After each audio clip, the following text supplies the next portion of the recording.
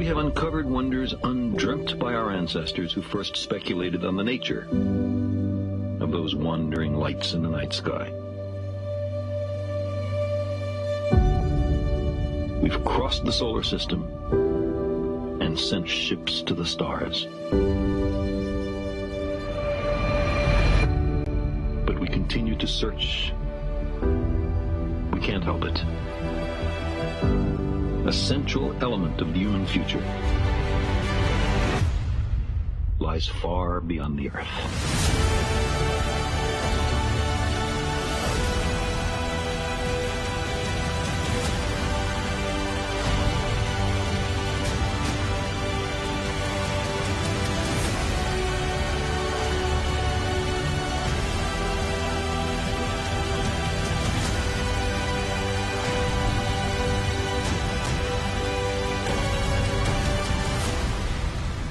If we crave some cosmic purpose, then let us find ourselves a worthy goal.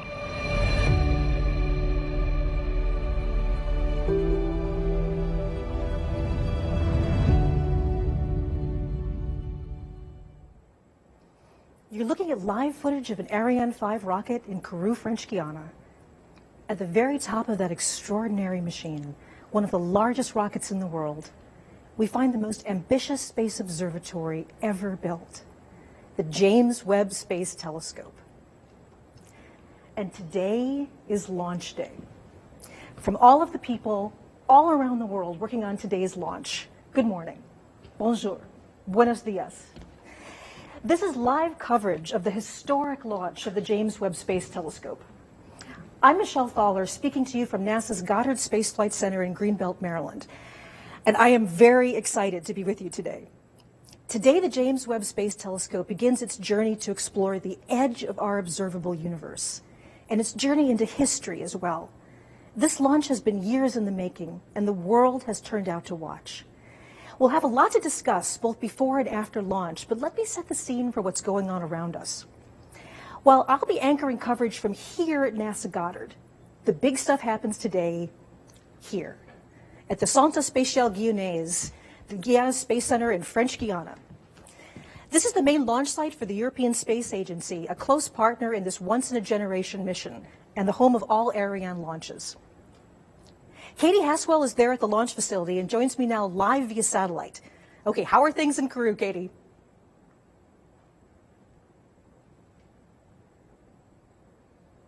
Michelle, things are looking really good. The boards are green, the mission controllers are focusing hard, we are go for launch. We've had our eye on the weather the last couple of days.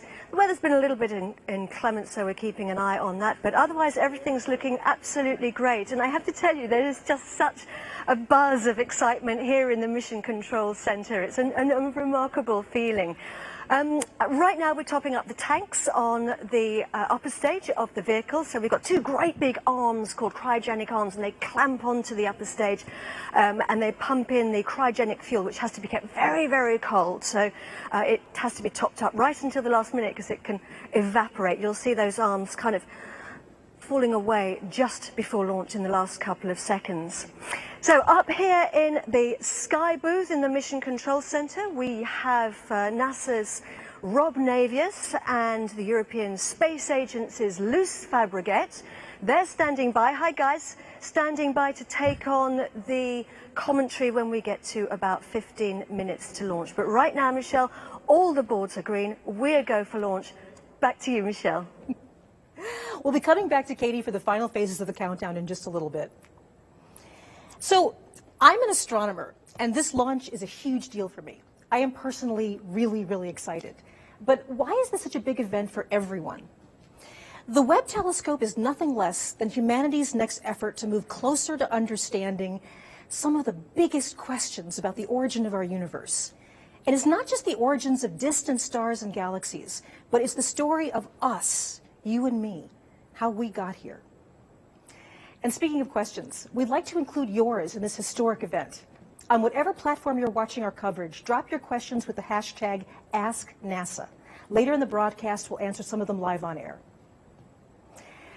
It can't be said enough that this is a mission for anyone who's ever looked up at the night sky and wonder. People all over the world are sending in their best wishes for the success of Webb. And let's look at some of them now.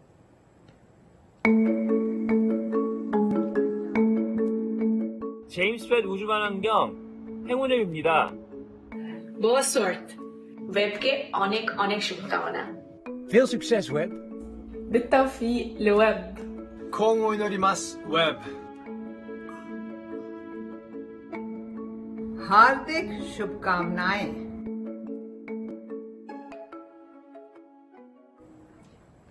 We're still on track for a launch at 7:20 a.m. Eastern U.S. time. 2 days ago, the rocket rolled out to its launch pad in Kourou. Of course, there's already been a lot of activity at the launch site. Primary fueling procedures were completed early this morning, preparing the giant Ariane 5 rocket for flight. Let's watch this scene for a moment.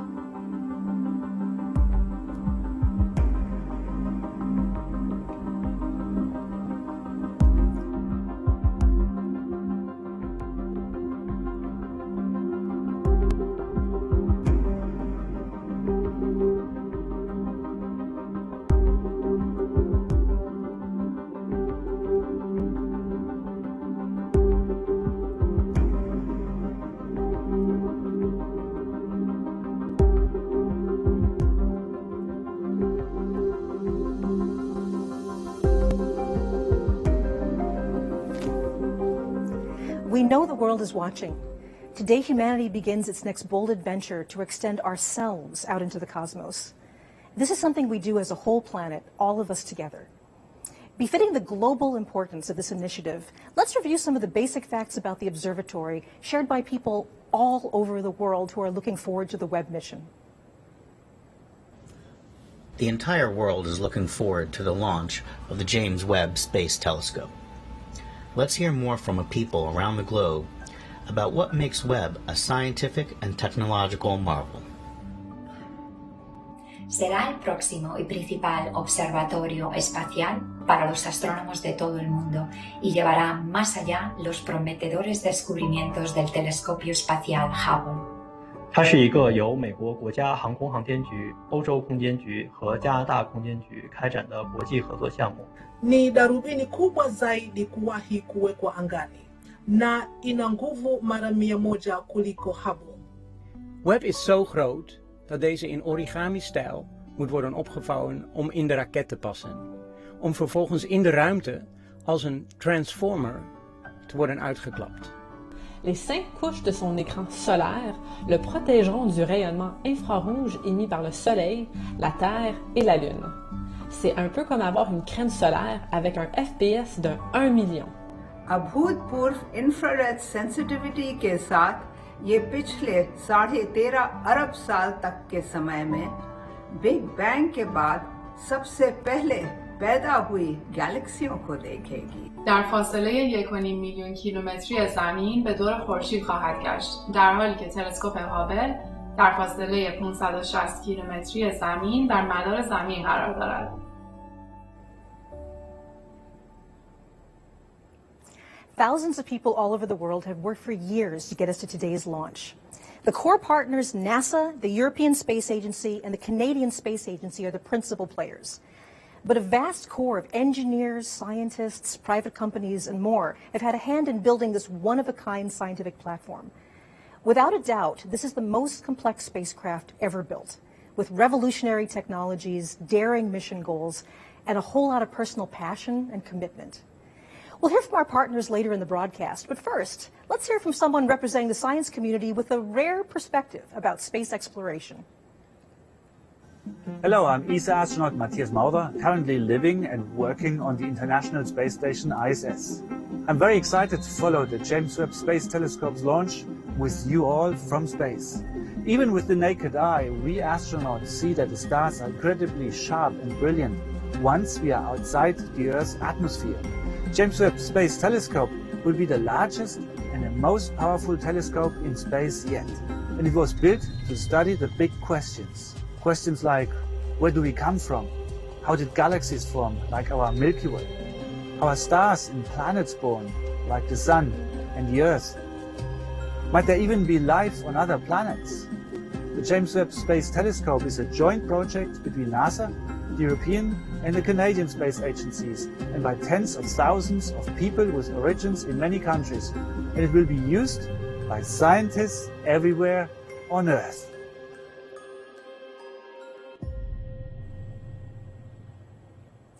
NASA Goddard is the home of the Webb telescope, with big sections designed and built here. But actual mission operations take place here. This is the Mission Operations Center, or MOC, at the Space Telescope Science Institute in Baltimore.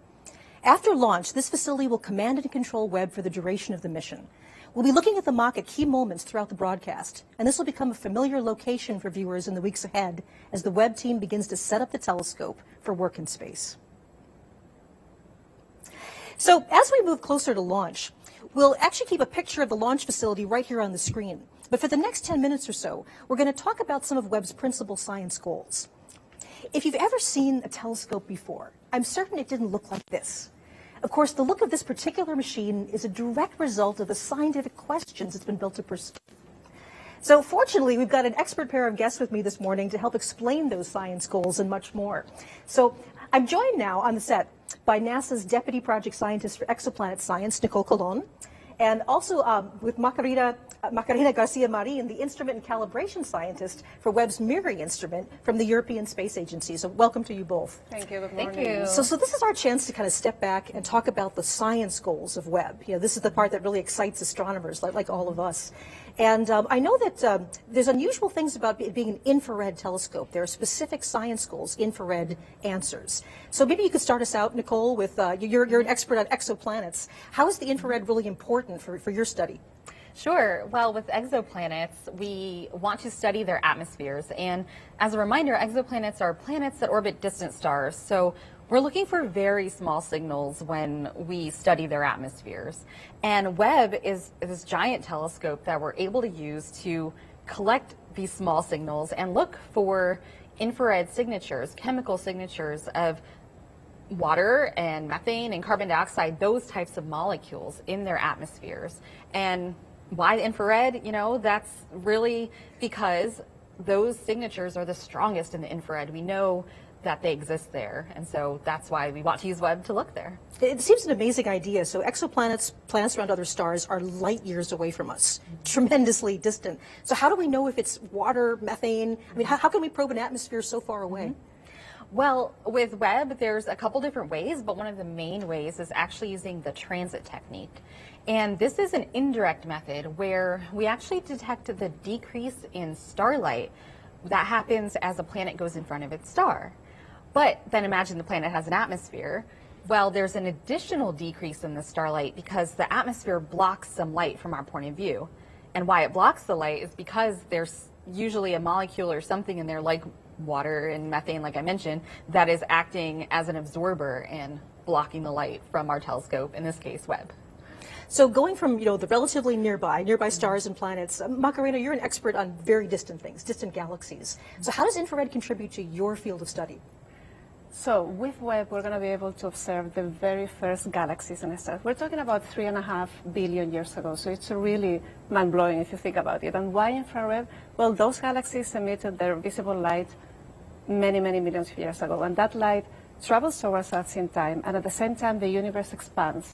So in that process of travel and expansion, the light shifted from the visible to the infrared, and so Webb will be able to actually observe those very original primeval galaxies. And not only those, but it will also allow us to observe everything in between, so we can understand the evolution of our galaxies from the first ones to the ones we see today. This is something kind of amazing. So our eyes interpret different energies of light as different colors. Exactly. And infrared light is a color that our eyes are not sensitive to. But like you said, it's actually just the space of the universe stretching out the light and changing it from visible light into infrared. Into infrared, exactly. So how are these first galaxies different from galaxies today? Well, when you look at the images we have of the oldest galaxies we've seen, they look like fluffier and clumpier. We know they have a lot of star formation, so they are actually, that's a really good signature to measure them. And they are like little seeds that afterwards they merged and got together and evolved until the ones we see today, which are like spirals and elliptical galaxies. So from the near universe to the far, one of the things that infrared is very good is seeing through dust. That's another huge advantage. Maybe Nicole, could you sort of take us through that story? Sure. With dust, first there's a lot of dust in the universe, but how stars and planets form in the first place, they are forming in these very dense clouds of gas and dust that come together, and it's very difficult to see through them with normal visible light. And so the infrared is actually able to see through that, almost like an X-ray, sees your bones, sees through our skin. You can use the telescope like Webb to see through the dust and see the inner stars forming, or see some newly formed planets that are also very warm from having just formed. And there's even a possibility of seeing some of the very first stars, or at least some evidence of the first stars that might have existed. But could you tell us a little bit about that, Macarena? Yeah, so the very first stars, they form right around the time of the very first galaxies, even before that. And so we'll be able to measure them, maybe not the very first one, but the first population of stars, which is really interesting because they were formed out of a very pristine material. And then from there, they evolved into more evolved stars that created all the elements we know today, things like gold, platinum, carbon, everything. Us were formed out of those original stars. So it's a really amazing adventure to observe all these objects and understand them better. There's so many wonders in the universe, and one of the things that I would never have believed was real unless I'd seen the data with my own eyes is the TRAPPIST-1 system. And that this is actually going to be one of the targets for Webb, is that right? Tell us a little bit about TRAPPIST. Sure. TRAPPIST-1 is, like you said, it's going to be a target. There are 7 planets in the system, and they're all small, around the size of Earth, actually. So it's also a very compact system. So it's not just that there's a lot of planets and that Webb's going to observe every single one of them, but it's the compact nature that's just really fascinating, because the entire orbit of the planetary systems, like all 7 planets, they fit inside our orbit of Mercury around the sun, and Mercury is our closest planet to the sun. So imagine 7 planets in there, and there's a lot going on, but it's very exciting because we'll get to learn and do comparative science and see, are all these planets, do they have the same chemical signatures in their atmosphere? Do they all have same amount of water or carbon dioxide, things like that? Well, thank you so much. We're going to be back to talk to you more, but thank you for joining me. Thank you. Thank you. Okay. So we'll be back in some more minutes to talk with them. And remember that we're taking your questions, so use the hashtag AskNASA. Webb looks like nothing that's come before because it's pursuing scientific goals like none that have come before. It's taken years to prepare it for flight, and as you might imagine, plans of this scope and scale inevitably run into unexpected challenges. Along the way, just like any of us, it encountered things like snowstorms in the east, wildfires in California, hurricanes that deluged Houston, Texas, and of course the global COVID-19 pandemic, which added its own profound challenges to the whole team. This story really warrants a recap, so check this out. The Webb Space Telescope presented many engineering challenges, but engineering hasn't been the only obstacle the team had to overcome. In 2011, an outbreak of tornadoes cut electricity to the Marshall Space Flight Center in Alabama for nearly a week, while the team rushed to finish cryogenic testing on the primary mirror segments using power from diesel generators. Engineers had to endure a large snowstorm, known locally as Snowmageddon, while testing the Integrated Science Instrument Module at the Goddard Space Flight Center. And of course, everyone has had to contend with the global pandemic. One particularly memorable challenge was working through Hurricane Harvey in 2017. This massive cyclone dumped 40 to 60 inches of rain across the Houston area over a 4-day period, causing catastrophic flooding and $125 billion of damage, all while the telescope was undergoing cryogenic testing at NASA's Johnson Space Center. Though the telescope remained safe inside the test chamber, water leaked through the ceilings, people had to cover workstations in plastic tarps, food was in short supply, and a few team members trapped by floodwaters had to be rescued by boat. It was rough, to say the least, but the team and the telescope survived the storm. Despite winds and snow and endless rain, the team got it done, and Webb is now ready for its final journey atop a rocket into space.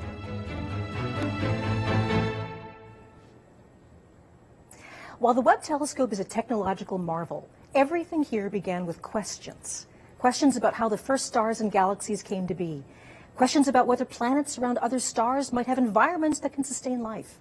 And of course, the promise of discoveries we can't even predict yet. A few days ago, I had a chance to speak with someone who's probably the best person on Earth to help us understand what we know, what we don't know, and how Webb will help fill in those gaps. Dr. John Mather is a Nobel Prize winner who measured the Big Bang with an observatory built here at NASA Goddard. John is Webb's senior project scientist, and we're so pleased to have you here today, John. Good to be here with you, Michelle. So to start this incredible story of Webb, let's start with something that's deceptively simple, gravity. There's something special about gravity. Gravity is special. Gravity always pulls. It's the only force of nature that always pulls. So that's special. And what makes that special is that gravity, although it's very weak, is very long range. It can reach across the universe and slow down the expansion of the material that came from the Big Bang, turn it around, pull it back together, turn it into galaxies and stars and eventually planets and a place where we could live. So that's what makes gravity special among all the forces of nature. And something so simple, like just the idea that it's always pulling together, that simplicity leads to wonderful complexity, doesn't it? Yes, because it's always pulling, it's possible for gravitational energy to be converted into kinetic energy, just heat, and the universe becomes self-heating, which is not something the other forces could do all by themselves. Clouds of gas can be compressed by the gravity until they get big enough and hot enough to light up and have the nuclear reactions inside that turn hydrogen and helium into the chemical elements you see around you, here in the house, here on the set. So carbon, oxygen, nitrogen, everything we have that we think of as ordinary came from inside stars. So we are stardust, as Carl Sagan told us, but there wasn't any stardust in the Big Bang. So we need this part of the story to be figured out. How did we come to be able to live here on our little planet when the universe started out without all of these goody things? So you mentioned these planets around other stars. So we're almost sort of going through all these amazing science goals of the Webb. What can Webb tell us about planets around other stars? Well, once in a while, a planet goes in front of the star, and some of the starlight goes through the atmosphere of the planet, if it has an atmosphere, on its way to the telescope. We will spread out that light into a spectrum, or what you would call a rainbow, and we'll analyze it to see what are the chemicals that are in that atmosphere. So we will be able to tell you, maybe, that's the plan, whether those little planets that might be like Earth actually could have, for instance, water in their atmosphere, and maybe enough water so there could be a liquid ocean under that atmosphere. One of the great questions. So we know they're planets. We know when we should look. We just don't know what we're going to see. So after the Webb launches, one of my dreams is I'm going to be standing outside in my backyard and point to a star and say there's a planet around that star that we know has water vapor, oxygen, perhaps methane, carbon dioxide. So what is Webb going to also do in the search for life closer to home, our own backyard? Well, here in our own solar system, we will be looking at everything from Mars on outwards to the farthest we can see. Satellites, comets, asteroids, and the planets themselves. And some of them are really interesting and special because we know they're possible homes of life. What would make a thing a home of life? Well, if it's wet. That's the good clue. So the satellite Europa, which orbits around Jupiter, was discovered by Galileo himself. And we know now that it has an ocean that's covered with ice. There are cracks in the ice where water comes spitting out.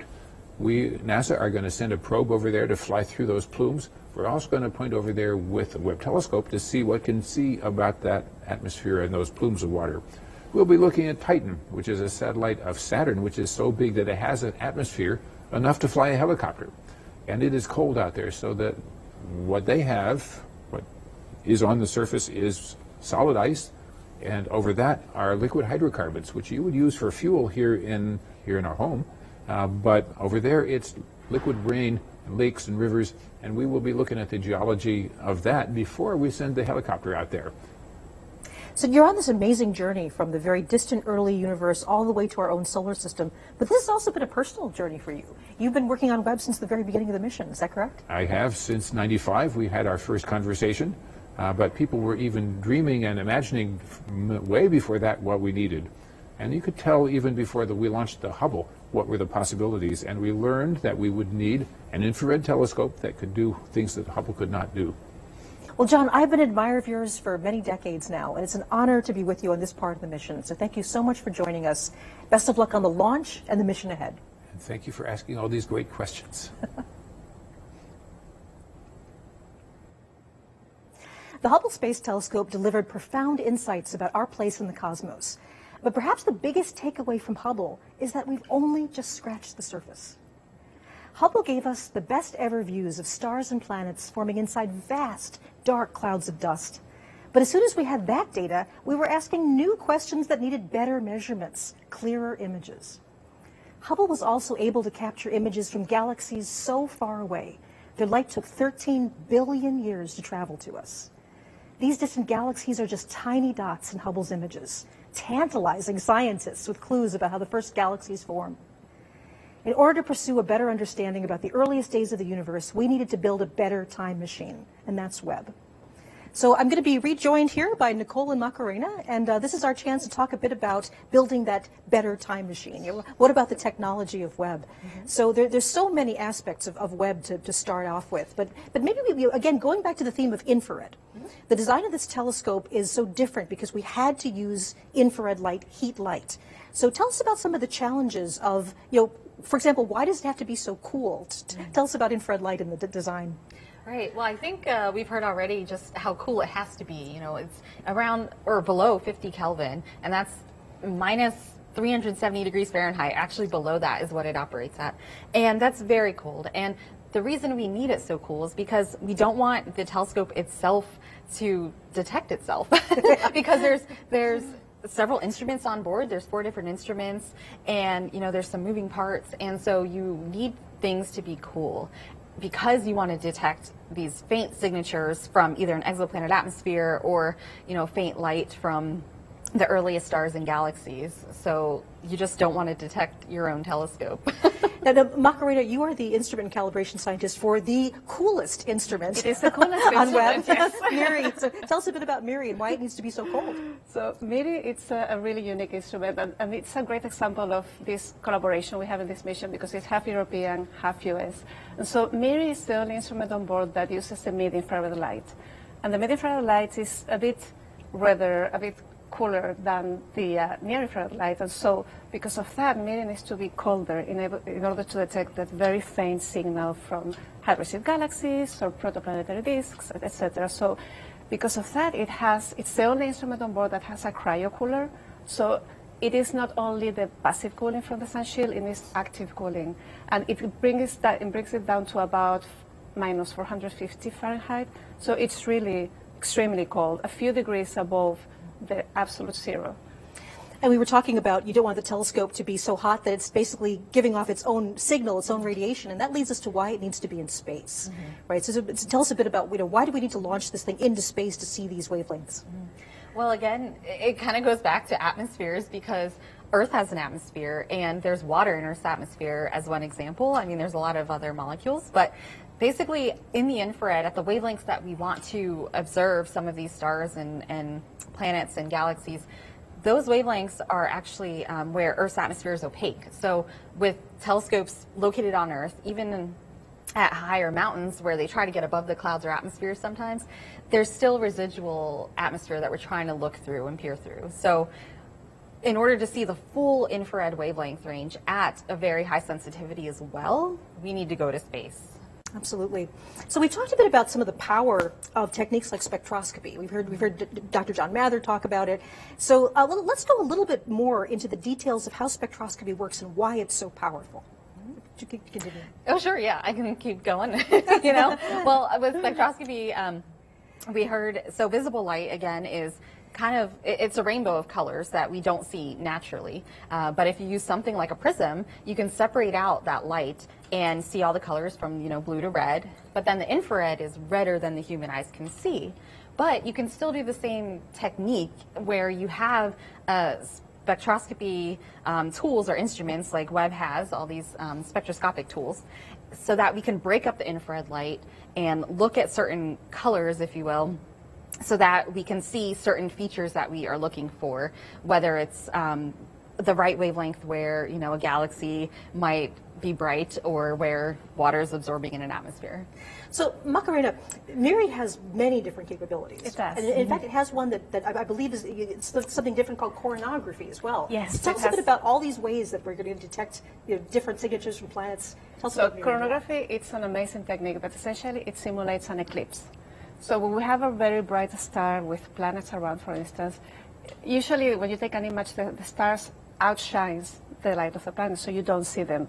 But with MIRI and with other instrument NIRCam as well, you can actually block the light of the star, and dim it, and then you see the planets around. And it's really a technique that's going to be very much used and to do, like in this image, direct imaging of planet. Well, thank you so much. We'll be back to talk to you more with some social media questions. Thank you very much. Thank you. NASA and its partners began developing the Webb telescope years ago, growing from an initial inspiration to a design, then schematics, and finally reality. What started as a big dream for studying the origins of the universe required best-in-class engineering expertise to transform into something real. Let's take a short look at the very long story about the earliest days of the James Webb Space Telescope. Before the Hubble Space Telescope even launched, scientists were already discussing what should come next. Ideas for what was then called the Next Generation Space Telescope evolved throughout the 1990s, and by the end of the decade, NASA had a preliminary plan. Construction of the James Webb Space Telescope began in 2004. Beryllium was mined to create the mirror segments, which technicians polished and coated in a thin layer of gold. Meanwhile, engineers designed and built new science instruments in the US, Europe, and Canada. Every step of the way, there were reviews and tests to make sure each part could withstand the rigors of spaceflight. By the early 2010s, the team began bringing individual components together at NASA's Goddard Space Flight Center in Greenbelt, Maryland. It was there that the mirrors and instruments began to coalesce into the grand machine we see today. We've said before that the James Webb Space Telescope is an incredibly ambitious mission. Big ambitions come with big challenges, and that's certainly been the story of Webb. From the beginning, the design of this observatory has been a balance between the boldest questions scientists have dared to ask and the cutting-edge technology that our best engineers could offer. The design for Webb evolved from earlier ideas of what a telescope could be, another example of the delicate balance between desire versus capability. To get a better understanding not only of the mission's goals, but also the mechanical guts of the observatory itself, I recently got a chance to speak with a pair of engineers who know the anatomy of the Webb telescope better than just about anyone.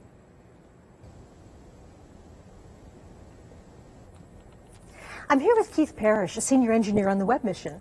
And Keith, you brought something to show us today. Yeah, yes, I did. So conceptually, Webb Sunshield is actually quite simple. All we need is 5 tennis court size pieces of this material outstretched to protect the telescope from the sun. So what I have here is an actual sample of that material. This is just Kapton. It's so light, yeah. Yeah, it's an industrial, you can buy this and it's commonly used. And what we do is we buy it for Webb, we seam it all together in small pieces, and then we actually coat it with special coatings to give it the what we call the thermal properties we need in orbit. So this one has a nice pink or purplish kind of hue to it, and the reason it's purplish in hue, we use this on the sun side, and we actually put a silicon material on this Kapton, and then we actually put a little bit of a metal in it, and what that metal does is it gives us a nice electrical conductivity. We don't want any surface charging building up, and the other thing is this silicon coating actually drops the temperature of this layer.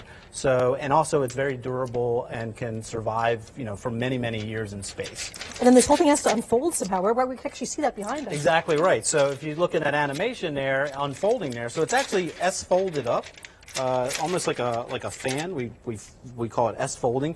And once we get it all folded up, we secure it to a structure by actually pinning it for launch. So, a huge shout out to our mechanical engineer and our entire Sunshield team, because they've come up with some really clever ways to secure this for launch, unfold it, fold it, and then, ultimately get it safely deployed in orbit.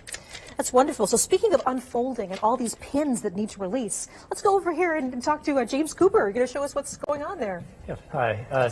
So I have here an example of a non-explosive actuator. We have 178 of these. These are all these little pins we're talking about, right? James Webb, right? Yeah. 107 of the 178 are the membrane release devices. And we use this type of actuator because it produces a very low shock when it's released. And the animation shows conceptually how it works. We send an electrical signal through either one of our connectors. We use both, but either one of them can cause the release to happen. It melts a small wire inside, and then we have a spring that unwinds and allows 2 halves of a split nut to separate, and then our pin can get extracted. And so in the case of the MRDs, it's a spring-loaded pin that pulls to release the folded membranes. In other places, we would be bolting two pieces of structure together and then releasing them so we can deploy them. And the sun shield itself has 107 of these? 107 MRDs that all have to work. Every single one Every has to work. single one has to work. And 178 of this type of device in various configurations around the entire observatory. Right. Well, if we go over here, we've got something sort of lovely waiting for us, a big gold hexagon. So tell us what we're looking at, a sort of a model here of the mirror segment, right? Right. A full-scale, single segment, one of the 18 mirror segments on James Webb. The real ones would be machined out of a single piece of beryllium to the exact curvature we need. And then once we're deployed on orbit, each segment can be individually focused to make it act as a single perfect mirror. Now that coating, tell us about this gold coating here. Yeah, so this is coated with a very thin layer of gold. It's only a few hundred atoms thick of gold, and that gold is really good because it gives us a reflective property in the infrared, and that's really what Webb is an infrared telescope, and we need that sun shield exists to cool this entire telescope. So this mirror actually runs about minus 400 degrees Fahrenheit on orbit. If it were warmer than that, the infrared energy coming off of this, that heat energy would swamp our detector system and our instruments. So that entire sun shield exists to cool all 18 of these down. And again, this gold coating is what helps with all that reflectivity to make it perform even better. Well, that's wonderful. So now you put it all together, and we have a smaller mock-up here, the sun shield, the mirror. Tell us what we're looking at here. Much smaller. So yeah, this is our entire observatory fully deployed on orbit. And you can see the sun shield here is a large feature. You can see all 5 layers that I talked about earlier. And it's the separation of those 5 layers which lets heat energy escape out to space before it eventually gets to this cold layer. Again, that entire telescope is running minus 400 degrees Fahrenheit, and the way we get it that cold is this side is shaded. The telescope is looking to the deep universe, which is near absolute zero. And then again, this layer here, we've got about a 500 degree temperature drop, so this telescope is also looking at this layer here, which is nice and cold. So that's what lets us, harness thermal physics to cool this down to those really, really cold temperatures. Again, you can see our booms, which are fully deployed and stretching this out, and then ultimately all folds up and gets stowed into this structure for launch. Right, so the membrane release devices would be along the back side of these structures on the forward and the aft side, and we release them in rows so that we can sequentially start to unfold the membrane once those pins are pulled out of the way. Well, that's wonderful. Thank you so much for joining us, and best of luck on the launch. I'm very excited. Yeah, thank you.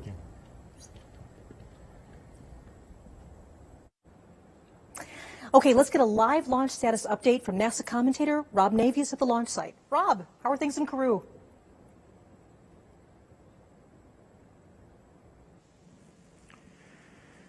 Well, thank you, Michelle, and Merry Christmas from the Jupiter Control Center here in Kourou, French Guiana. You are looking live at an Ariane 5 rocket on its launch pad, ready to send the James Webb Space Telescope on the initial phase of its journey. The fueling of the Ariane 5's first and upper stages began before sunrise, and in the last few minutes, mission controllers here in Kourou and at the telescope's control center at the Space Telescope Science Institute in Baltimore conducted polls, with all positions reporting they are go to proceed into the final phase of the countdown. Launch controllers have been monitoring weather conditions throughout the night, keeping tabs on clouds and wind speeds, both at ground level and in the flight path of the Ariane 5, ensuring that all of the precise commit criteria are acceptable for launch. Right now, we have a green board, no issues as the countdown proceeds, no issues again being tracked by the flight control team here in Kourou. By the way, our broadcast today is a collaborative effort between NASA and the European Space Agency. So that's it from now from the Ariane 5 Mission Control here in Kourou. We'll be back with you soon. For now, let's go back to the Goddard Space Flight Center and Michelle Fowler. Thank you very much, Rob. So Webb asks big science questions. It demonstrates astounding technology. It inspires and excites people to dream and wonder. And the spark of inspiration is the ignition of creativity. Kids all over the world have a natural affinity for Webb's big pursuits. And now we have a collection of young artists ready to showcase their work. Hi everyone, I'm Kelly Girardi, and this is Delta V, and we're kicking off the Unfold the Universe Challenge with NASA and the James Webb Space Telescope. NASA is hosting an Unfold the Universe Art Challenge. Use your imagination to share what you believe the Webb telescope will find.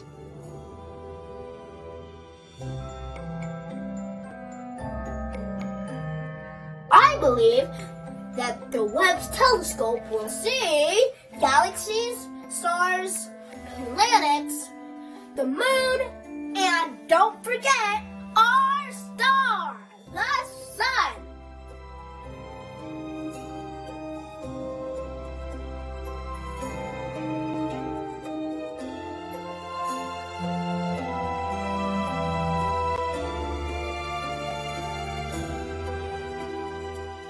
Up in the sky, really high, it's space.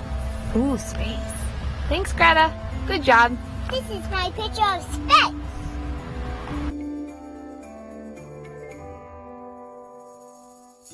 Hello, my name is Gabriel. I am from Romania. This is how I imagine space. Hello everyone, good morning. This is the drawing of distant galaxy that can be seen by James Webb Space Telescope. Hi, my name is Anastasia, and this is what I think the telescope will look like. What the telescope will see. I drew the Earth, the Sun, a new planet, a black hole, and stars. So we've been fielding social media questions from viewers all over the world this morning, and let's take a couple of minutes to share some responses. There's been a couple questions about how long will it take for images to come out, and there's a lot of things that need to happen before the images are coming. So Macarena, why don't you take us through some of that? Yes, so for the first scientific beautiful images to share with the public, that'll take 6 months. And the reason is because it is, so we launched today. It takes a month to take to the orbit place, to the Lagrange 2 point, and then we have a whole period of cooling down the instruments, aligning the mirrors, and making sure that all the instruments are ready to do science. So the whole process takes 6 months, half a year. And also all of those 18 segments of mirrors, something needs to happen to get them all working together too, right? Exactly, because initially you launch with 18 segments and they work separately. So you will take, if you observe one star, you will get 18 little points. So there has to be a process where you take images with NIRCam, which is one of the cameras on board, start moving the mirrors slightly to make them work as a single one, and then by the end of this iterative process, you go from 18 points to a very sharp, pristine single point source. So all mirrors act as a single one. So let's see, we have a question from LV coming in on Twitter. Will Webb be able to enhance detection of comets, asteroids, or meteors that enter our solar system? So that seems we've got a planetary person here. Sure. Yeah, well, Webb does have a special observing mode where it's able to track these rapidly moving objects, because compared to these distant stars and galaxies, asteroids and comets, they move pretty quickly. And so Webb will be able to do this so that we can study material that's outgassing from them and learn more about what they're made of. So let's see, there's just so many good questions, so we only have time for a few more. So one is from Christian Rodriguez on Facebook. How long will it take James Webb to reach Lagrange point 2? And you might also just explain what is Lagrange point 2? So it takes a month. I think it's actually 29 days to get there. And the Lagrange 2 point is this very interesting stable point. So the gravitational pull between the sun and the Earth creates this point where it is stable, and you can, as we can see there, Webb can orbit around the L2 point in a very stable orbit, only needs a little bit of corrections once in a while, and it can always have the sun shield protecting the telescope from the radiation of the sun. In a full year, you can observe any object in the sky, and it's a continuous observation. Well, thank you very much. We'll hopefully come back to a few more questions later. Thank you. So this is a big mission with a cast of thousands to bring it to life all over the world. As we get closer to launch, let's take a brief look at the main locations where Webb took shape on its journey to space. Inside the massive high bay clean room at NASA's Goddard Space Flight Center, engineers assembled the 18 gold-covered mirror segments into the backplane of the telescope and integrated the 4 science instruments contributed by international partners. To simulate the harsh environment of launch, they went through vibration tests and acoustic tests. And to simulate a space environment, the instruments endured cryogenic testing in a large thermal vacuum chamber. But it wasn't large enough to hold both the instruments and the mirrors, so the telescope boarded a plane to Houston, Texas, to visit the only thermal vacuum chamber in the world big enough to fit the entire assembly. Chamber A at the Johnson Space Center was originally built to test the Apollo spacecraft, and half a century later, it provided a grueling 100-day test for the Webb telescope. Next, the telescope traveled to Northrop Grumman's facilities in Redondo Beach, California to meet up with its other half, the Sunshield and spacecraft bus.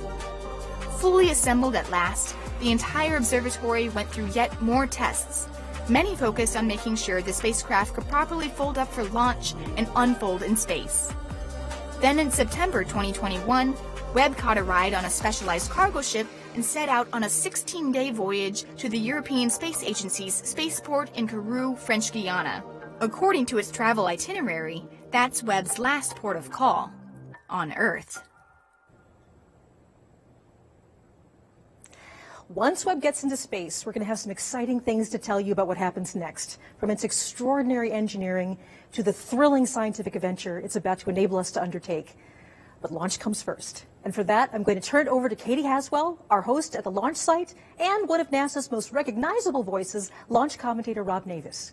It's all yours, Katie.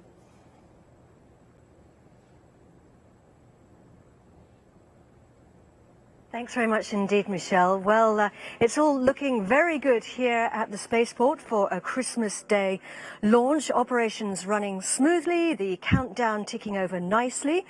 All the systems are green and we are go for launch. You can see there we're looking at launch pad number 3, the James Webb Space Telescope, inside the very top of the rocket in first class with its seatbelt on, waiting patiently for liftoff. That's scheduled in about 32 minutes' time. I'm in the Mission Control Center here at the Spaceport, the nerve center of operations. We're about 10 kilometers from that pad, and behind me you can see it's a laser focus here in the control center with the mission control centers all on console there as we get closer to launch. We call this the fishbowl behind this protected glass. And up in their skybox here in Mission Control are NASA's Rob Navius and the European Space Agency's Luce Fabregat, and they're standing by to take over the commentary about 15 minutes as we get closer to launch. First of all, though, let's check in on the countdown and let's see how things are progressing with Stefan Israel. Stefan is the CEO of Ariane Space. Ariane Space is the company responsible for getting our telescope into space today. Stefan, thanks for joining us. No pressure. Good morning, Katie. How are things looking? So we are now 31 minutes before liftoff. So far, so good. Ariane 5 is ready. Webb is ready. The range is ready. And the weather is green. Well, that's good to hear. So what can we expect to see? What's going to happen? Yes, so in the 30 coming minutes, we will make the final operations. 10 minutes before liftoff, we will have the final authorization of the weather. And 7 minutes before liftoff, we will enter in the famous synchronized sequence.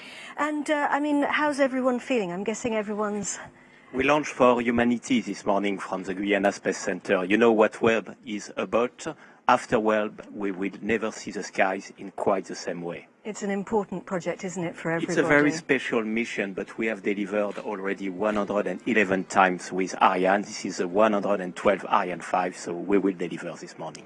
And everybody there in the control center, cool, calm, and collected. Stefan, thank you very much for having taken time to step out of the fishbowl for us, so you can head back now into the fishbowl and take up your position. Stefan Israel, thank you very much indeed. Stefan, of course, heads up what we call the flight desk, which is the authority that takes all the final decisions in the event of unplanned situations. Now, we are in French Guiana. We're on the northeastern coast of South America. We're in Amazonia. It's hot. It can get a little bit sweaty sometimes, and there are lots and lots of mosquitoes. But somebody who knows it very, very well is Raphael Chevrier. Raphael is a rocket science scientist, or a rocket expert at least, from Ariane Space. Thanks for joining us, Rafael. Tell us a little bit more about French Guiana. Well, French Guiana is a French territory that borders Brazil. It's located in the Amazon rainforest. 97% of the land is covered in trees, so that's why it's so green and beautiful. And you can totally imagine that the wildlife there is absolutely incredible. This is actually one of the best preserved habitats in the world. And of course, it is in the jungle, and yet it is actually the European spaceport. So what makes this location in South America so important and so relevant? Well, there are several reasons for this. First, we are on the coast. It means that we can launch over the sea from north to east without having to fly over inhabited area. So this is very convenient to reach any kind of orbit. There is no hurricane here, big tropical storm, there is no earthquake, but more importantly, we are very close to the equator, so that we can benefit from what we call the slingshot effect given by the rotation of the Earth. So let me take this globe. Basically, here on the equator, we are all traveling at roughly 1,000 miles per hour. That's very convenient. Of course, we don't feel it. If we were on the poles, that speed would be very, very close to zero. It means that when Webb is right now on the launch pad, inside the fairing of the Ariane 5, it's already traveling in the right direction, and we can use this extra boost to get us into space. That's also very convenient for Webb, because doing so, it can save its fuel and increase its operational life in orbit at 1.5 million kilometers from here. And that really is important, 1 million miles, isn't it? And so there's a real proper slingshot effect. Yeah. And the facilities here are ultra high-tech, and that's exactly what Webb needs, isn't it? Yeah, that's very convenient for Webb. It's also located in a nature reserve. So this is the perfect meeting between nature and technology, and people come from all over the world to work here. But one thing that's been very important for Webb is cleanliness, because you know that one speck of dust could alter the vision of the observatory in space. That's why we have been extremely careful in keeping a pristine environment in all our facilities, from Webb's arrival in French Guiana to sealing it inside the rocket. So let's talk a little bit now about the Webb Space Telescope. I really don't think you need me to tell you that it is the product of a feat of human ingenuity. And you don't get to make a telescope as complex as the James Webb Telescope and as remarkable without tremendous amount of collaboration. And the James Webb Space Telescope is indeed the product of a partnership between 3 space agencies who came together to create it. NASA, the European Space Agency, and also the Canadian Space Agency. So here to talk about that now is Greg Robinson from NASA. Greg, thank you very much for coming to the floor, out of the fishbowl as well for us. And we're talking serious teamwork here, aren't we? Yes, Katie. We've benefited from an amazing partnership with the Canadian Space Agency and the European Space Agency. Over the life of the development, we've had more than 10,000 people actually touch Webb, 29 states in the U.S. and 14 countries across the globe, and not to mention the amazing industrial base across the globe that have benefited here. In order to do bold missions like this, it takes lots of resources and lots of expertise, so we maximize everyone's expertise. And how did this bold mission get onto an Ariane 5 European launcher? So as part of the partnership, the Canadian Space Agency contributed science instruments, and they're incredibly important for this mission. And so did ESA, science instruments, and the amazing Ariane 5 that we will see take us on this journey and put us in the right direction to get to Lagrange Point 2, and we're looking forward to that. It's a tremendous atmosphere here, isn't it, in the Mission Control Center? There's a real buzz here today. I wonder how you must be feeling, Greg. I mean, it's got to be a very, very emotional time knowing that your telescope is sitting there on top of the rocket, getting closer to launch. It's certainly amazing. Often talk about the butterflies, and people keep asking me, have they started? Have they started? And yes, they're starting. And when we get to about 20 minutes out, they will start flying a lot. So well, the excitement is just amazing. The excitement is building, and of course everyone very cool, calm and collected. Thank you. Greg Robinson, you can take your position back in the fishbowl now, because I know you've got a lot of work to do in there. Greg Robinson, thank you very much indeed for joining us. So the Ariane 5 launch vehicle is the heaviest lifter in the Ariane 5 Ariane family of launchers. And Raphael, she has got an incredible track record, hasn't she, of success? Yeah, this is a very reliable and successful rocket. Webb is going to be the 112th Ariane 5 to be launched. And the very first Ariane, the Ariane 1, took off exactly 42 years ago. Yesterday, this was on Christmas Eve, 1979. Good symbol. Yeah, and hopefully we're going to get a good Christmas present today as well. And I mean, the rocket is also, you don't get to build a rocket like this without collaboration either, do you? Of course, just like Webb, actually.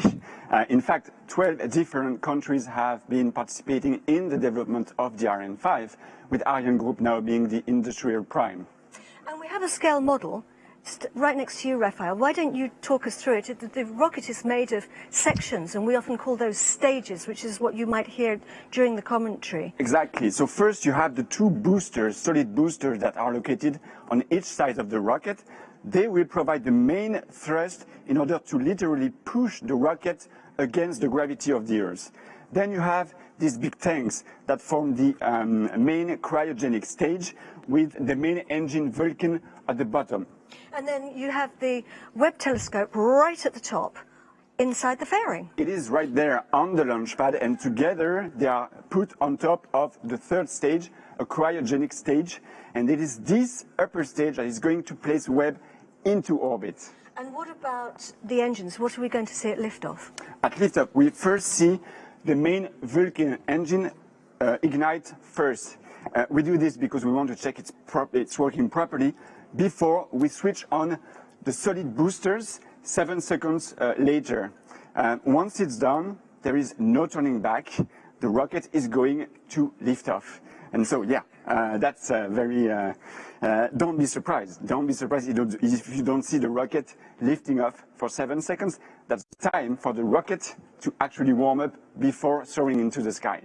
So once we light the touch paper, you can count to 7 before it actually lifts off. Now, one of the advantages of the Ariane 5 vehicle is that it can be modified, and that's exactly what we've done for today's launch. We've had to make some changes for it to be able to host the Webb satellite. And joining me to talk about that is somebody who, the right person for the job indeed, because he was in charge of those changes, Daniel Deschambre from the European Space Agency. Thanks for joining us, Daniel. What did you have to do? First, we need to recall that Webb will be the largest payload to be ever accommodated on Ariane 5. It fully occupies the volume of the fairing, with gaps as small as 10 centimeters for a diameter of 5 meters. It is the reason why we had to develop a specific integration procedure to ensure that there is no contact with them. After separation, during separation, the venting system of the launcher has been improved in order to balance as much as possible the inside and the outside pressure of the fairing. And this is due to the fear of a depressurization shock, which could damage the delicate layers of Webb submerged shield. After separation, due to the fact that some equipment of Webb are very sensitive to sun exposure, the roll control of the launcher will be tuned in order to make sure that Webb is always oriented only one face to the sun. And in addition, to avoid any hot spot, the launcher will create some oscillating movements, like a barbecue mode, to avoid any overheating. And after Webb separation, there will be a specific end-of-life maneuver to be applied on the upper stage in order to put it on a liberation orbit around the sun, in order to avoid collision in the long term. Thank you very much indeed, Daniel. So we'll hopefully see the upper stage rocking in space. Not quite all the way around like the familiar barbecue, but a slightly different movement. Ladies and gentlemen, thank you very much indeed for being with us today.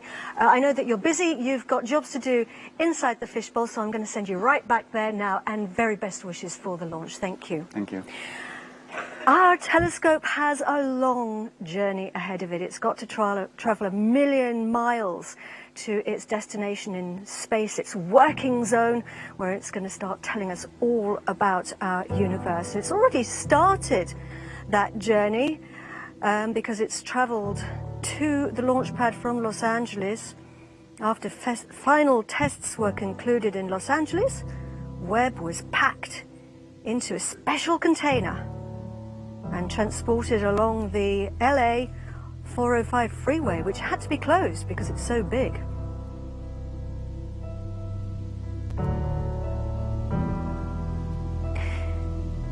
It traveled on a special ship.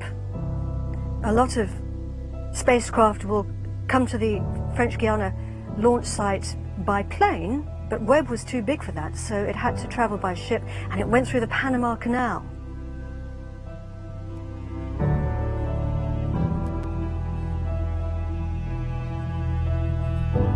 Up through the locks.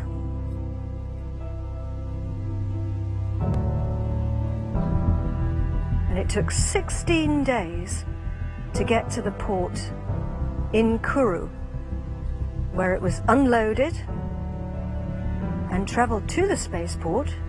That's not the real Ariane 5, that's a model. Just outside the Jupiter Control Center, actually. It was unpacked very carefully in the facilities that Raphael was talking about.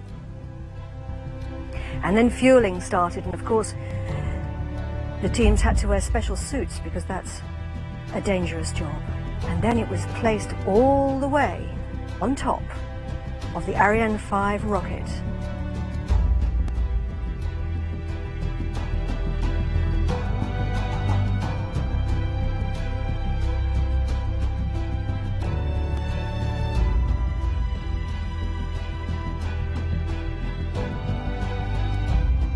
It was encapsulated inside the fairing and sealed, and then it was rolled out to the launch pad 2 days ago. From the vehicle assembly building to the pad along very special rails. Very, very slowly through the Amazon rainforest. It was raining at the time, and that was 2 days ago, and here we are now.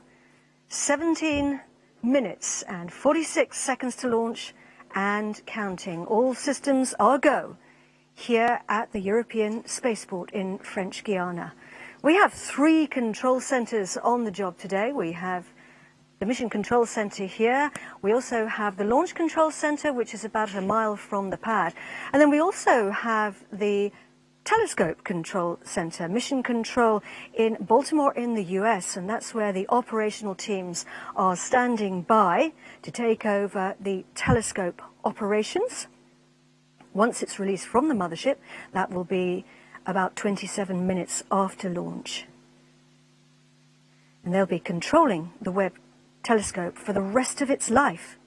Very important job.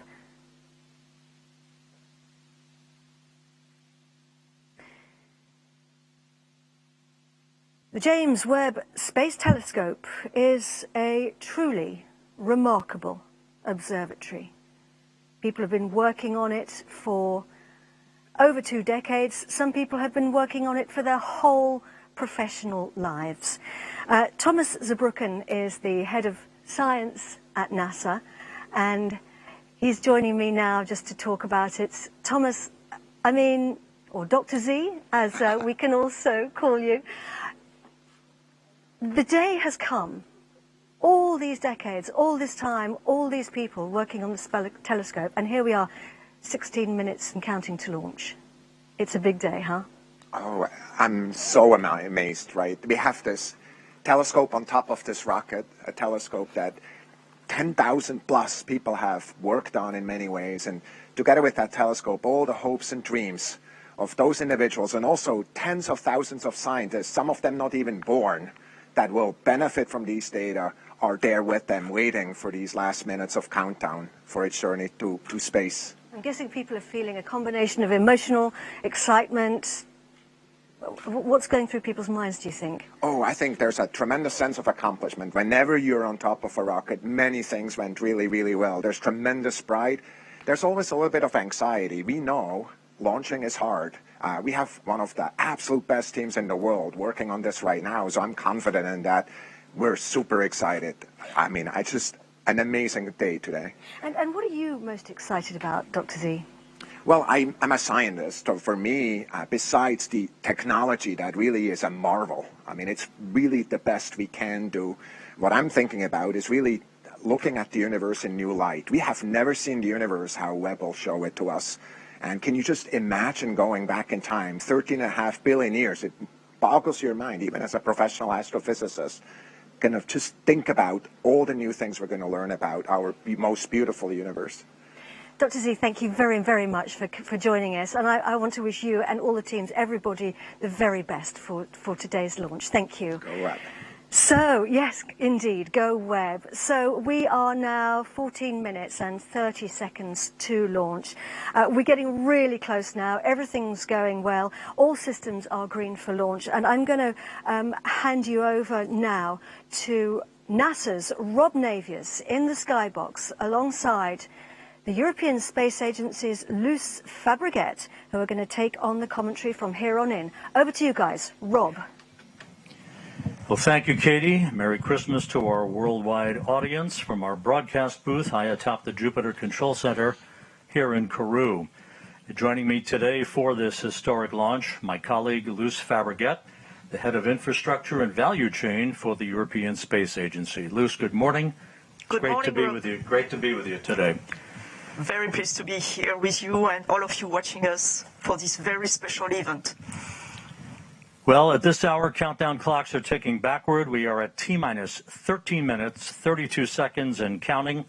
Out on the launch pad, everything is in great shape. Don't let those clouds fool you. We are go for launch. The latest weather briefing just completed indicated that all weather parameters are green. We have a green board here in the control center, and everything has gone extremely smoothly in the countdown. About 9 minutes ago, a major milestone passed as the James Webb Space Telescope began the process and completed the process of receiving commands to transition from external power to internal battery power following the latest in the series of those weather briefings. Webb will remain on internal battery power until its singular solar array unfurls about 30 minutes after launch. Earlier, telescope controllers reported good environmental readings from sensors inside the fairing encapsulating the telescope atop the upper stage of the Ariane 5 rocket. And Luce, as we enter the most critical phase of the countdown, can you outline some of the upcoming critical activities as we head into the phase called synchronized sequence? Yes, Rob. We are now reaching the end of this 11-hour sequence that we call the chronology, and that started yesterday evening. All systems here have been prepared for the final launch operations. And at the time being, it's rather quiet now inside the launch table and also inside the launcher. We were told a few minutes ago by the launch control center here that the launcher fluids and electric systems are ready for the final automated sequence. They are on hold now, waiting for the last weather report at minus 10 minutes. After this weather report, 3 minutes later, we will have the beginning of this famous synchronized sequence when all systems will be made ready for the liftoff. This sequence will first be run by the ground calculator, and then the onboard computer will take the lead step by step, and the launch vehicle will be made autonomous from the ground system. You know that we have 2 tanks in each cryogenic stage, upper stage and main stage. All 4 tanks are, of course, thermally insulated from the hot environment we have here in French Guiana. However, these liquid propellants are at very low temperature and because of that slightly evaporate. And to ensure they are perfectly loaded at liftoff, their final loading and topping up will last up to 4 minutes before the launch. So that will be the beginning of the synchronized sequence run by the ground calculators.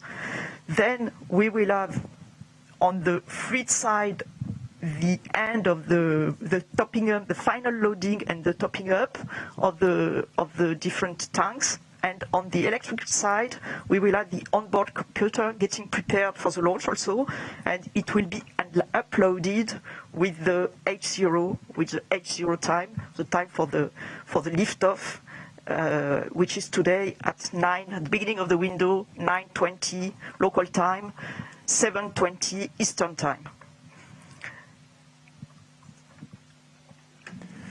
And Luce, we're coming up on that final weather report. We expect all systems to remain green.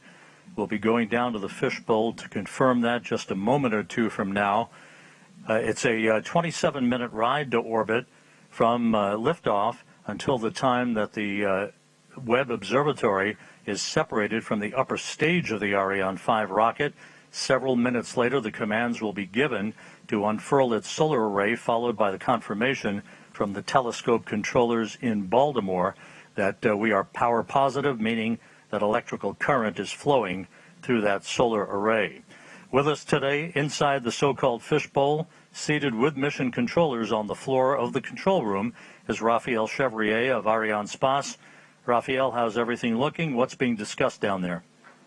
Hi, Rob. Well, so far, so good. We just received the last weather forecast. It's all green for the H0 that is forecast right now. What we checked was altitude winds, wind in the vicinity of the launch pad, and risk of lightning. So right now, it's a relief because the weather was a bit tough in the last couple of days. But right now, everybody is very focused on the next steps. The start of the synchronized sequence at 7 minutes before liftoff. Last operations that Luz described earlier before Webb and the Ariane 5 are going to lift off and soar into the sky. Thanks, Raphael. We'll be back with you and Luz here shortly. We now have confirmation from Baltimore that James Webb is on internal power. Amidst all of this activity, we cannot forget that it is Christmas Day. 53 years ago, the astronauts of Apollo 8 completed their 10th and final orbit of the moon after reading from the book of Genesis on Christmas Eve to billions of people watching with rapt attention back on our planet. The astronauts then headed for home following their spacecraft's trans-Earth injection burn. Today, more than a half-century later, we're just minutes away from another Genesis, the genesis of new era of discovery. The launch of the James Webb Space Telescope is at hand. We're just 38 seconds away from entering the critical synchronized sequence. You're going to be hearing all the critical calls from the DDO, the Range Operations Manager, who is Jean-Luc Voyer, here in the in the Mission Control Center. There he is. He will be calling the start of synchronized sequence, all of the critical countdown milestones, and we will be listening very intently for his calls. Let's stand by. À tous de DDO, attention pour la séquence finale lanceur.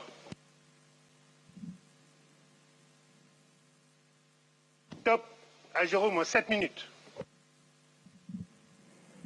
And with that, we've entered the period of synchronized sequence. You heard Luce Fabregat just a moment or two ago explain some of the critical activities, the first one coming up just a few seconds from now, which will be the topping off of the main stage tanks.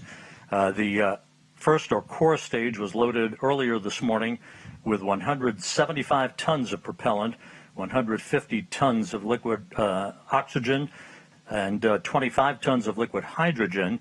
The upper stage loaded with 15 tons of propellant. That will be the workhorse for a 16-minute burn to lift James Webb to its final orbit. At separation, some 27 minutes and 7 seconds after launch, James Webb will be at an altitude of about 864 statute miles. To put that into perspective, some 520 miles higher than the Hubble Space Telescope and more than 600 miles higher than the International Space Station. Webb at that point will be traveling about 21,000 miles an hour as it heads out to a highly elliptical halo-like racetrack orbit some 1 million miles from Earth to begin its scientific observations. In a little more than 1 minute from now, we will see the 4 tanks pressurized at their flight level for the last tests before the ignition of the Vulcan engine. And in parallel, the electric system are also set in flight configuration. The onboard computer, the electrical power, as for the telescope, it will switch from ground to internal power 1 minute before the launch, 1 minute and 5 seconds before the launch. And we are going to see -6 seconds. At -6 seconds, we will see the disconnection of the upper stage, these big cryotechnic arms you can see on this picture. Then, 3 seconds before the H0, the inertial platform that will give all the information about where it is to the launcher will be released. And at H0, the 7-second sequence to ignite the Vulcan engine of the main stage will start. That will take 7 seconds, a little less than 7 seconds, where the engine will start up to its flight regime. Once the computer has checked that the Vulcan engine is running normally, and you will see at that point a flame going stable at the outlet of the nozzle, and at that point the onboard computer will ignite the 2 boosters that will enable to move the 770 tons of Ariane and Webb. Coming up on the T-minus 4 minute mark right now, just a couple of milestones real quick. At the 1 minute 5 second mark into the flight, Ariane 5 will go through the period of maximum dynamic pressure, max Q as it's known. That will be the period of maximum aerodynamic forces on the rocket itself. The solid rocket boosters, which will provide about 90% of the initial thrust off the launch pad, will shut down and separate at the 2 minute 21 second mark into the flight, followed 1 minute and 5 seconds after that by fairing jettison. That will expose the James Webb Space Telescope to the environment of flight for the first time. The main stage separation, or the first stage separation, comes at the 8 minute 47 second mark into the flight, and that will be about a 16-minute burn of that upper stage engine. It will cut off at about 24 minutes 51 seconds into the flight, and then we'll go into a coast phase of about 2.5 minutes to allow any oscillations to dampen out, provide the most pristine environment for the James Webb Telescope before observatory separation. We're coming up on the 2 minute 50 second mark into the flight. Again, you're going to be hearing critical calls down the stretch here from the DDO, or the Range Operations Manager, Jean-Luc Voyer. The weather is go. We have a green board, no issues being worked. NASA officials, including Greg Robinson on the right, carefully watching the telemetry, looking intently at the final couple of minutes of the countdown. Lives have been spent in the preparation of the James Webb Space Telescope that is about to fly. And Beatrice Romero on his side, on the left of the screen, from Ariane Space. And that is the DDO, the Range Operations Manager, Jean-Luc Voyer, as we have hit the 2 minute mark in the countdown.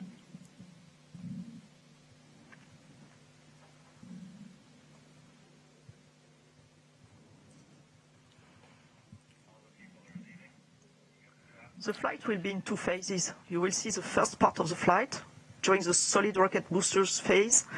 That will be the atmospheric part of the flight, the atmospheric flight, and the trajectory will be driven by to reduce the aerodynamic loads, and we will have a very different exo-atmospheric flight after that. And you were watching a number of people, VIPs and invited guests, moving out to the observation platform that is right next to the Jupiter Control Center as we stand by for the 1 minute call from Jean-Luc Voyer. À tous les DDO, attention pour moins 1 minute.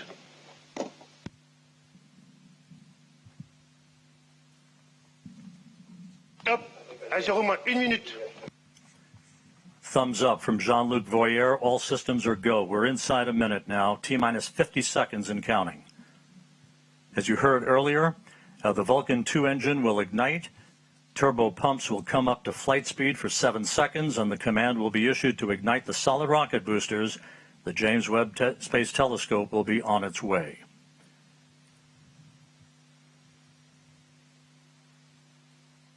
T-minus 30 seconds and counting.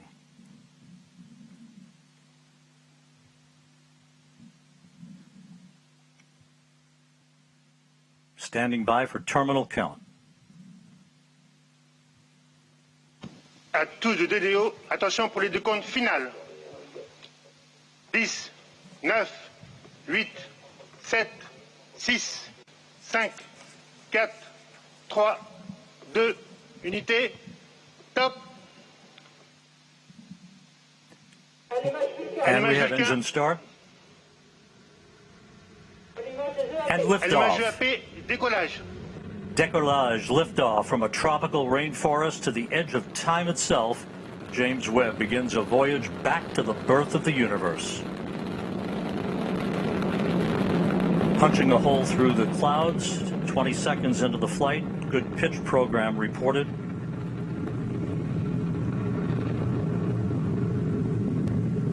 Trajectoire est nominale. Vehicle performance is nominal.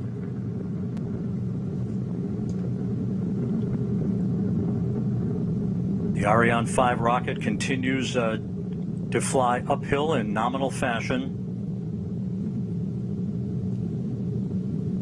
The rumble of the powerful Ariane 5 now being felt here in the control center.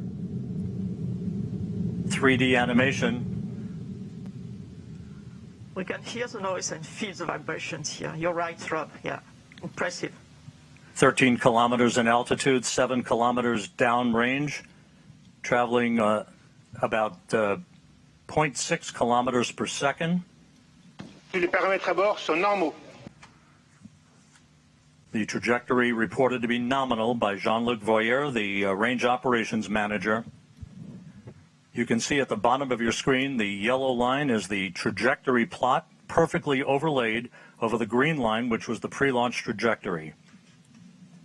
1 minute, 41 seconds into the flight, about 40 seconds away from shutdown of the solid rocket boosters.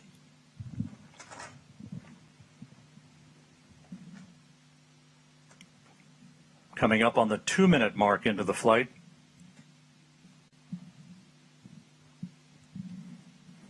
When it detects the threshold on acceleration, not the deceleration, but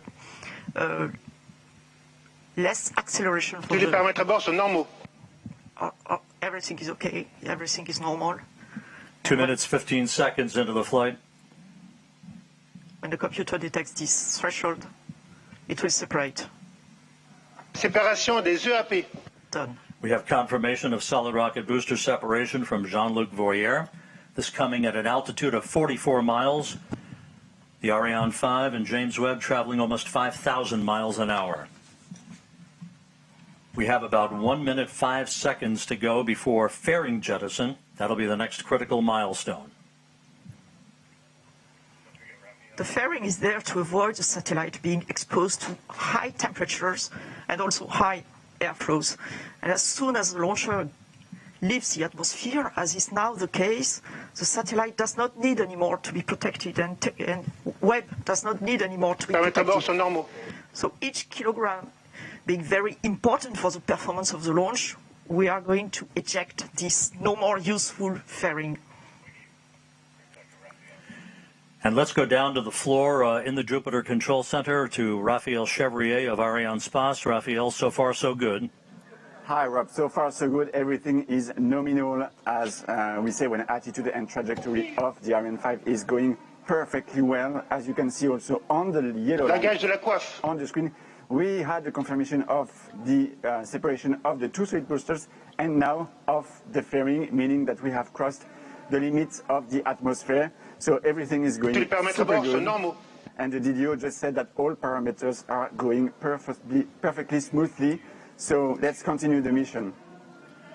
And Raphael, this is a view from the upper stage camera called the Vicky Cam, looking back at the James Webb Space Telescope. This is on about a 20-second delay or so because of the way the imagery is processed here in the control room. There's your telescope ready to unfurl its wings basically and begin its journey to the Lagrange point, the L2 point, about 1 million miles away from Earth. La trajectoire est nominale. Trajectory is nominal. The report from Jean-Luc Voyer.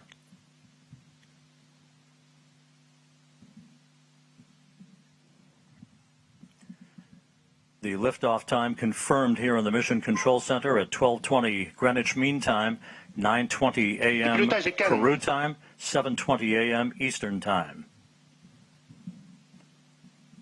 The Ariane 5 and James Webb, 181 kilometers in altitude, 450 kilometers downrange from the launch site here in Kourou.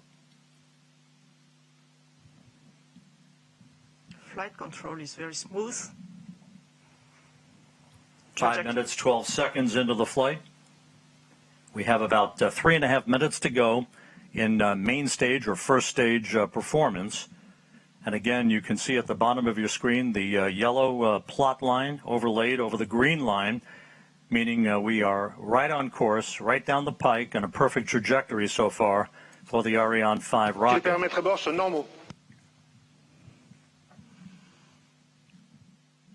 All telemetry data are now received by the Galileo tracking station, which is close to here, where we are in Kourou.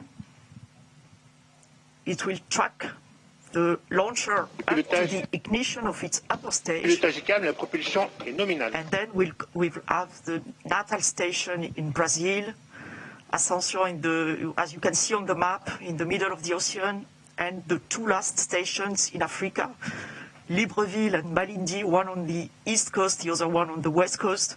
And the one on the west coast, Malindi, you can see that the telescope will be separated more or less over this Malindi station. And this Malindi station will also acquire the telemetry data from the telescope. You can see both are green, Galileo and Natal on this animation. It means they are expected to receive the data, and it was confirmed right now by the launch operations manager. Acquisition de télémesure par la station de Natal au Brésil. And just confirming now that telemetry is being processed through the Brazilian tracking station. The telescope is also processing telemetry through the tracking and data relay satellite system. As it moves further and further out into deep space, all of the telescope's telemetry and its imagery ultimately will be processed through the Deep Space Network in Goldstone, California. We passed the 7-minute mark into the flight. A perfect ride so far on the Ariane 5. We have about 1.5 minutes to go in the first stage performance. Once the main stage engine is commanded to cut off, it will be jettisoned, and just a few seconds after that, the upper stage engine will ignite, and it will be the workhorse for a 16-minute burn that will put James Webb into its preliminary orbit.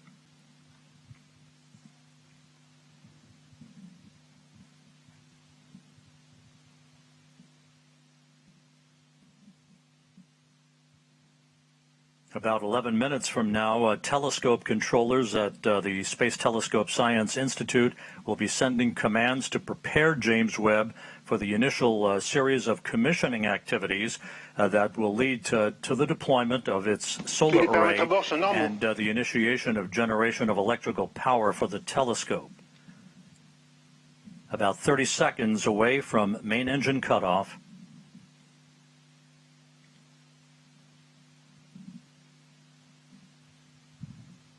La trajectoire est normale. Nominal trajectory continues to be the watchword for the day from the Range Operations Manager, Jean-Luc Voyer, as we stand by for main engine shutdown and separation.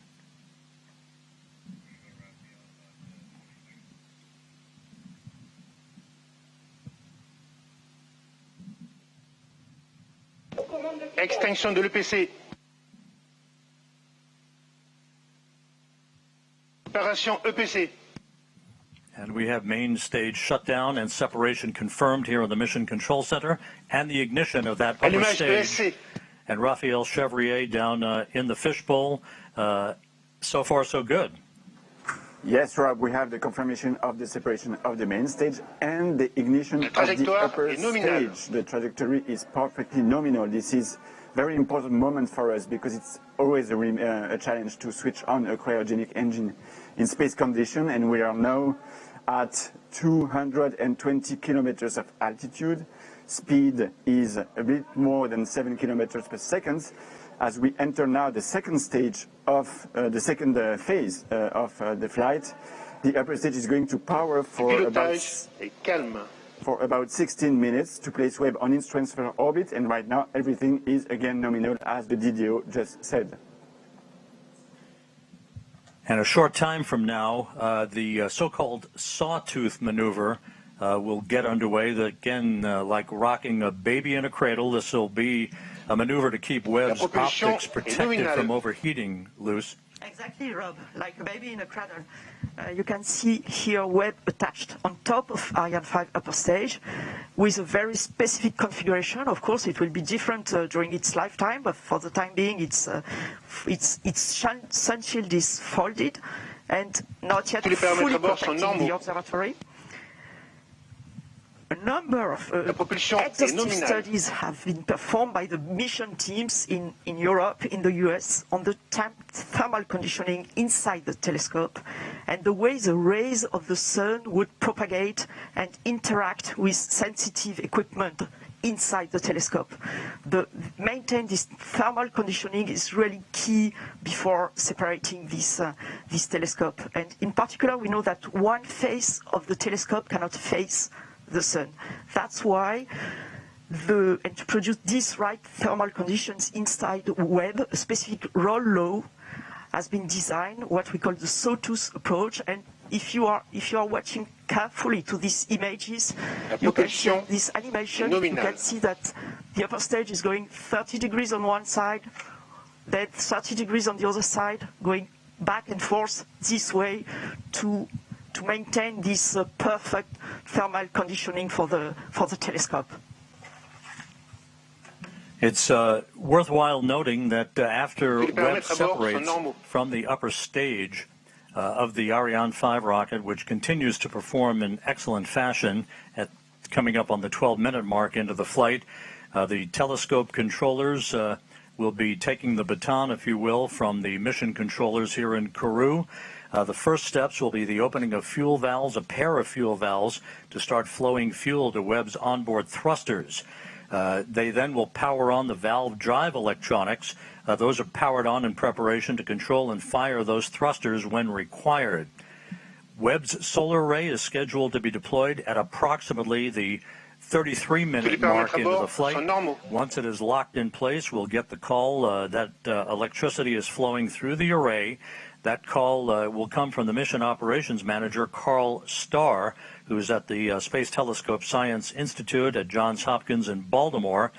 Seated right behind him in that control room is Alicia Starr, a pair of stars helping to guide James Webb on its discovery of the stars. Alicia Starr is the lead engineer for launch and ascent events. Once the solar array is deployed and declared power positive, then 3 out of the 4 hold downs for the aft deployed radiator will be released to prevent binding due to the cool down of the telescope's composite structure. The contamination control heaters will be enabled to protect instrument optics on Webb from any water ice condensation as they cool down. The actuator drive unit will be powered on. This particular mechanism helps with heater control of the fine steering mirror, preventing water ice condensation, later to be used to position each of the mirror's segments. All 6 reaction wheels and the wheel drive electronics will be powered on for Webb, and that will be the precursor to the attitude control system using those reaction wheels to maintain the proper orientation with the sun, as opposed to using onboard thrusters. Of course, fuel in those thrusters, very valuable. It's a limited commodity for the lifetime of James Webb's observations of the universe. We're 13 minutes, 55 seconds into the flight. Jean-Luc Voyer, the range operations manager, continues to report a nominal performance for James Webb. And again, Luce Fabregat from the European Space Agency, how is this trajectory being carefully and methodically adjusted to provide the correct parameters in the final stages of ascent? Yes, Rob, as you can see on this plot, the altitude is slightly going down. It's perfectly normal. The launch vehicle is really on the line where it should be. This decrease of its altitude, slight decrease of its altitude, will allow the launcher to benefit and the upper stage to benefit of the gravity effect and to increase its velocity until it reaches a thermal threshold. It's about to reach it, or even already reached it now, and it will go up. And now it will go up and up to the separation of the Webb telescope. It will separate the Webb telescope on a highly elliptic orbit, but still around the Earth. The telescope will be released, inserted on an orbit around the Earth, with an apogee, a very high apogee above 1 million kilometers.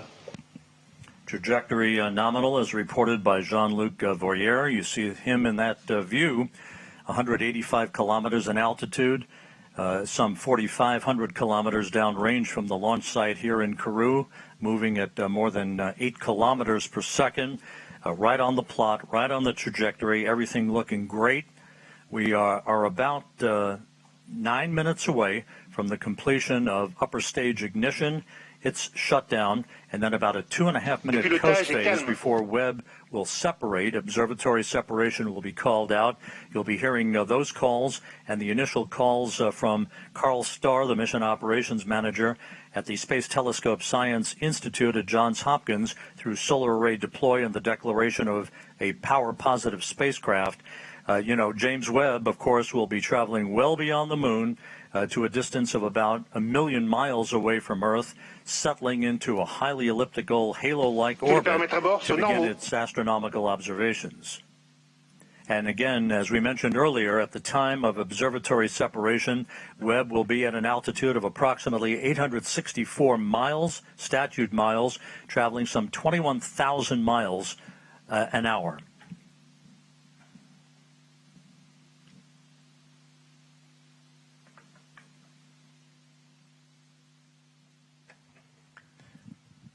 We're about 8 minutes away from upper stage shutdown. The stage has performed as planned. No issues reported. The launch occurring at 12:20 Greenwich Mean Time, 9:20 Kourou time, 7:20 a.m. Eastern Time on this Christmas Day. Very smooth launch. The velocity you just mentioned is very important, Rob. The velocity you just mentioned at separation of the telescope is very important. It will be slightly below, okay, I give it in kilometers per second, but it will be slightly below 10 kilometers per second, because it's important that the satellite, the telescope, is not inserted on an escape orbit. It will be placed on a terrestrial orbit so that there will be time for the layout, for the early phase operations and the commissioning of the telescope. And that will be, in fact, the upper stage that will leave this orbit and goes toward an escape liberation orbit. And of course, even though we're still in powered flight, the trajectory, the acceleration, the speed at which James Webb is going towards its preliminary orbit, all modeled in advance and carefully choreographed to maintain as quiescent an atmosphere and environment around the telescope for its ultimate separation from the upper stage of the Ariane 5 rocket, which is about 6.5 minutes from now.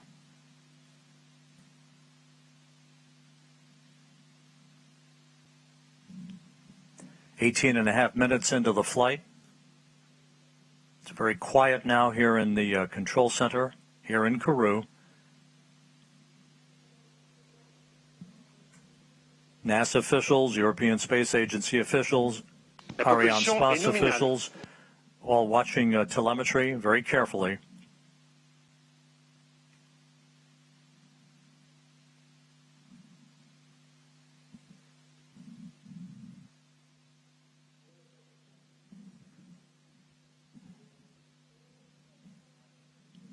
And as the upper stage continues to burn nominally and sheds fuel, the acceleration uphill for the James Webb Space Telescope continues to increase as we approach the 20-minute mark into the flight.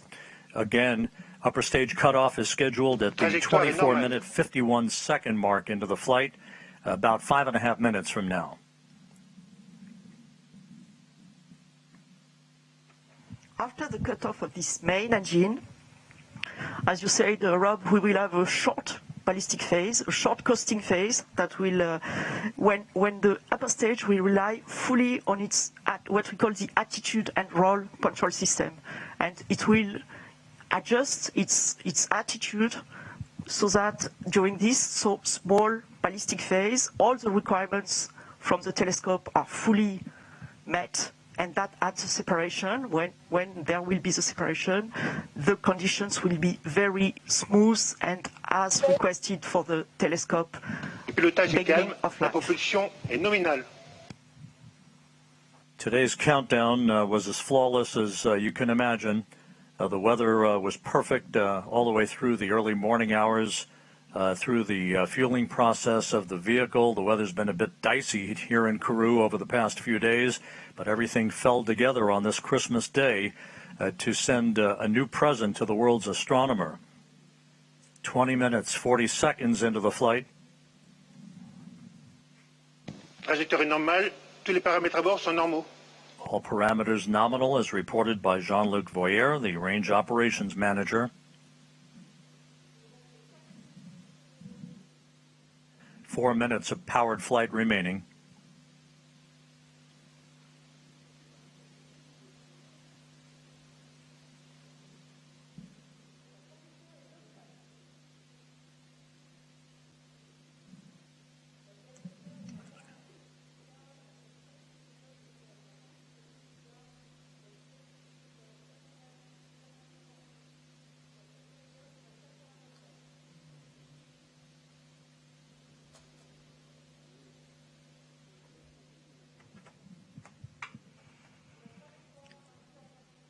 The telemetry of the launch vehicle is acquired for the time being by the Libreville tracking station on the western coast of Africa.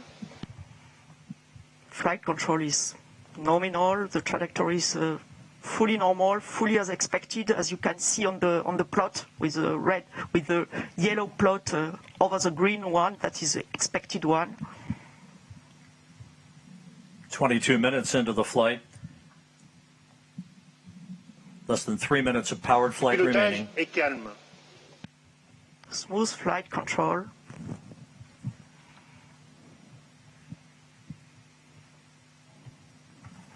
And again, as we've mentioned before,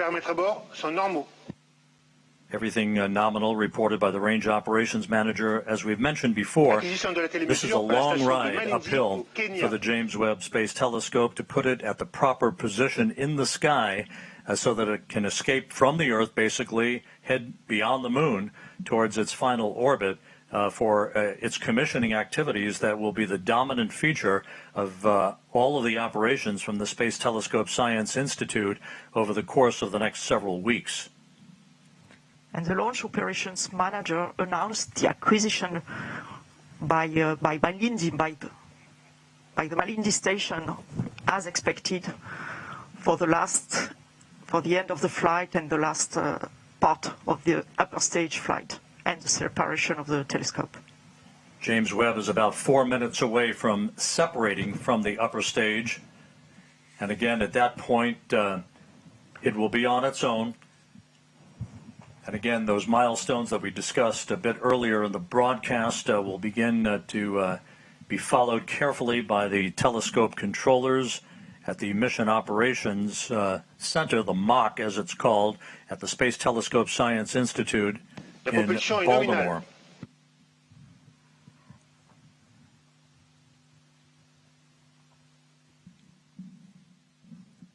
One minute of powered flight remaining.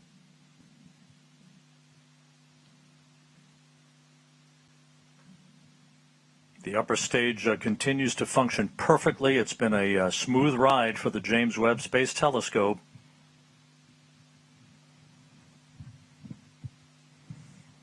Trajectoire est nominale.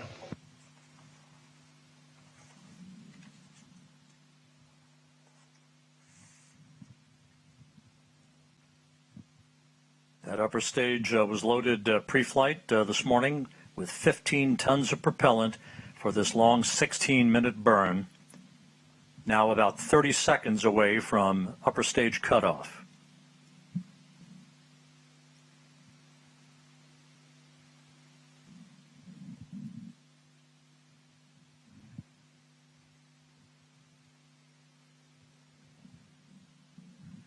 And we're standing by for upper stage shutdown and the cutoff of the upper stage engine.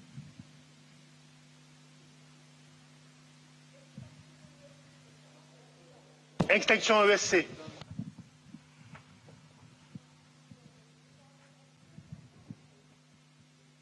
Tous les paramètres à bord sont normaux.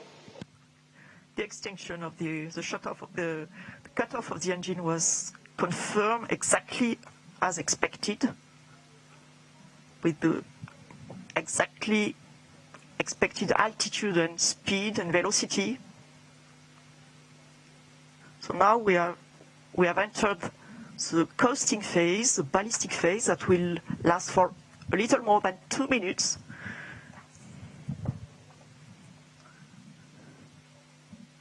And the telescope controllers in Baltimore confirming that all of the function parameters for the James Webb Space Telescope have been loaded on board the telescope.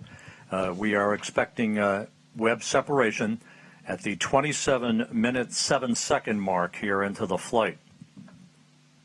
Just over a minute from now, springs will gently push Webb away from the upper stage of the Ariane 5. As it moves further and further away from the upper stage, there'll be what we refer to as a collision avoidance maneuver. Yes, Rob, exactly. The springs already will give some distancing, of course, between the two objects, between the telescope and the upper stage. And then the upper stage will leave the trajectory of the telescope and makes a special maneuver to pass the telescope and heads towards a liberation orbit and leaves the telescope on its orbit without any risk of collision and without any risk of pollution towards the telescope.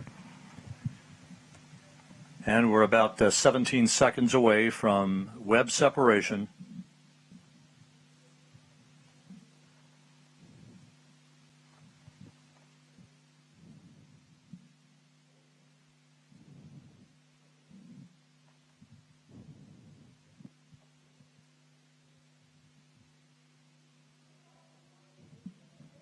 Séparation Webb Space Telescope. Go Webb!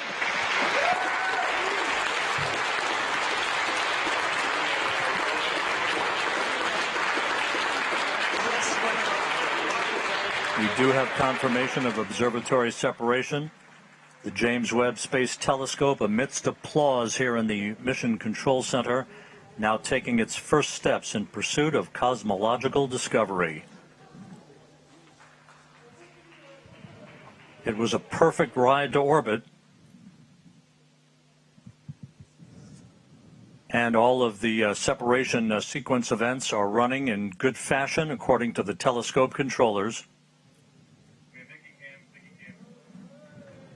And there is the view from the upper stage camera on the Ariane 5 looking at the James Webb Space Telescope as it moves gently away from its launch vehicle.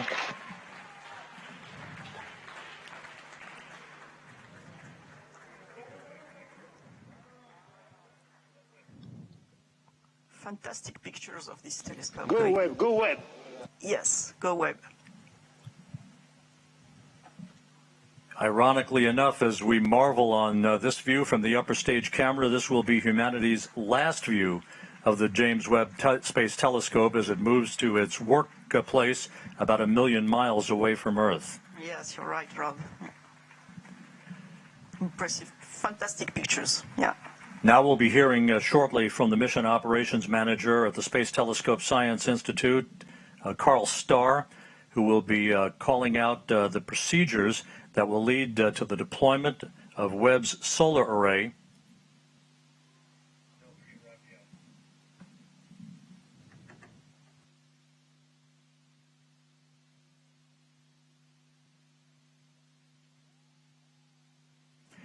And down in the fishbowl where there is jubilation, let's go to Raphael Chevrier of Ariane Space. And before we do that, Raphael, a bit earlier than planned, but there is the solar array having been deployed. James Webb now has its array out as we stand by for confirmation that it is power positive.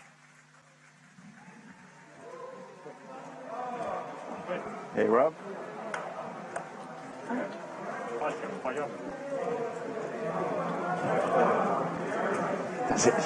J'entends pas ce qu'il me dit. Il m'a appelé ou pas? Il m'a appelé ou pas, Rob? Non, il t'a pas appelé. And there it is. There's your critical call. James Webb not only has legs, but it has power as it begins its journey and the commissioning activities to follow. And with that, let's go down to the floor in the fishbowl and Raphael Chevrier of Ariane Space. This is it. We have witnessed the confirmation that Ariane 5 have safely delivered Webb into space. The upper stage is now being placed on a safe escape orbit around the Sun, but honestly, I've got to tell you that these images are absolutely incredible, and well, it may be the end of the mission for Ariane Space, but it's only the beginning of the journey for Webb. It's now on its way to the Lagrange point. Congratulations to all the team involved in the flight. Really, there is no words to describe the immersion that is happening right now in the fishbowl. So all I can say is good luck, Webb, and bring us incredible data from the deep universe. At that point, our sequence will continue. Well, Raphael, congratulations on a perfect ride to orbit from the Ariane 5 out of Kourou here today. A view here in the Space Telescope Science Institute. Their work just beginning on a new era of scientific observations. Luce Fabregat, it was a smooth ride to orbit. Everything went by the book, almost like a simulation, without any problems. And we thank you for all of your insight throughout the course of the day. Thanks to you, Rob, and really a great achievement. I have many faces and names now coming up to my mind, and really you can be proud of what was achieved on both sides of the Atlantic Ocean. Thanks a lot to you. Tremendous jubilation here in the control center. You're looking at Jean-Luc Voyer, the range operations manager. Quite a Christmas present for the world's astronomers as the James Webb Space Telescope begins its life heading towards deep space. With that, we're going to go back to the floor now to Katie Haswell. Katie, we did our thing. It's up to you now. Oh my goodness, I just can't tell you. It's such utter jubilation here on the floor in the Jupiter Control Center. Everybody's been whooping with joy. The controllers here and the mission controllers jumping up, clapping, whooping with joy, people hugging.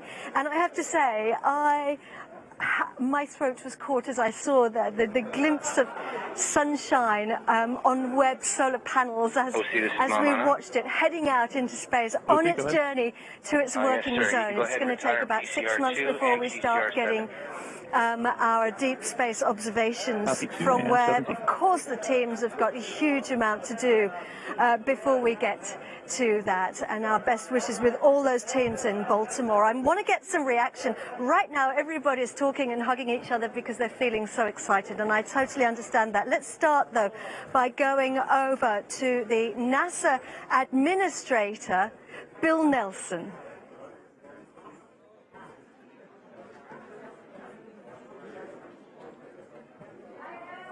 Sophia. Okay, can you go on right now?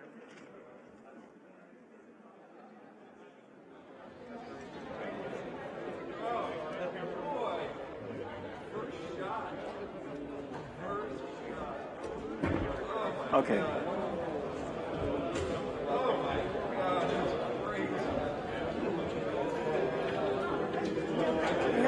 Administrator Bill Nelson right now looking at these jubilant scenes here in the Mission Control Center in Kourou, the European Spaceport in South America. There are the teams. The mission controllers have done a fantastic job. It was an utterly flawless launch. from the European Spaceport here on the equator in the Amazon rainforest. Hoping to go over now to NASA Administrator Bill Nelson to get some reaction from him.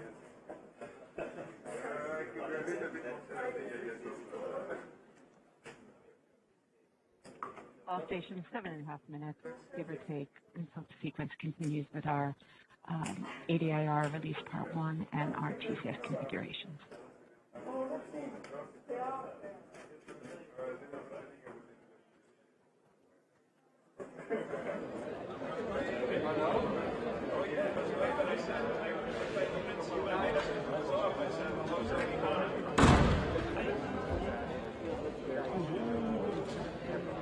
GSC on off, filling the JW6 config.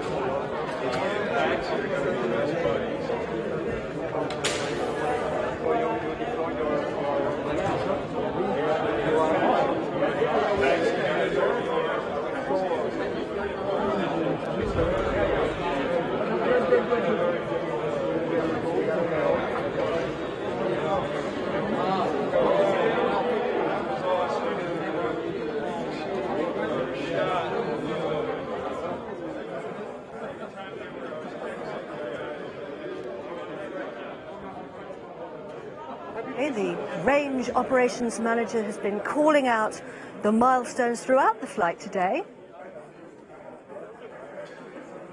And the ESA teams responsible for so much fabulous work, great teamwork here to get the Webb telescope into space, and Webb is now heading out on its journey on its own, with the mission controllers, the telescope mission controllers in Baltimore, following those incredibly important first actions and first operations. Charlotte Bezko there, who's responsible for the ESA operations here at the spaceport.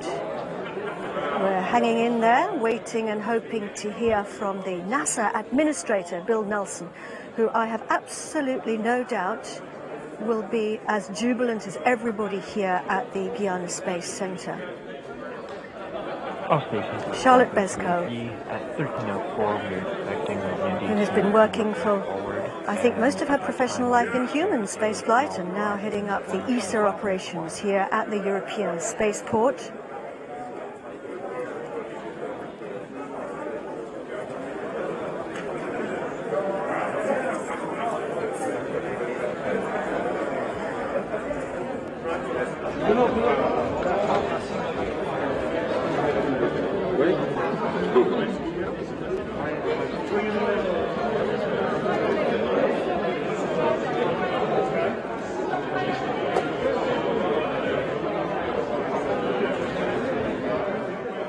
Over to you, Bill Nelson.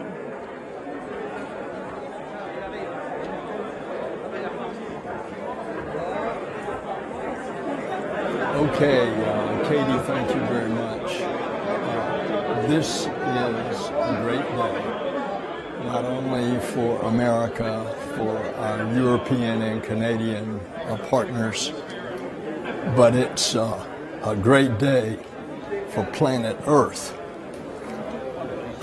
Thanks to the team.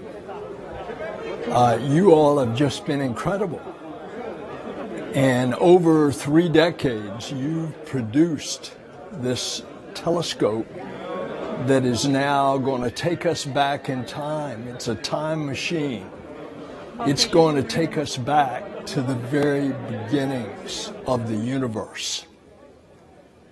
We are going to discover incredible things that we never imagined. And isn't that typical of this team, where the impossible comes possible? I can't thank you enough on behalf of a grateful United States government. I can't thank our partners in Europe and Canada enough. The French launch team, the Ariane Space, the flawless perfection of the vehicle. And now we have to realize there are still innumerable things that have to work, and they have to work perfectly, 344 of them. But we know that in great reward, there is great risk. And that's what this business is all about. And that's why we dare to explore. The James Webb Space Telescope is very much a part of that exploration.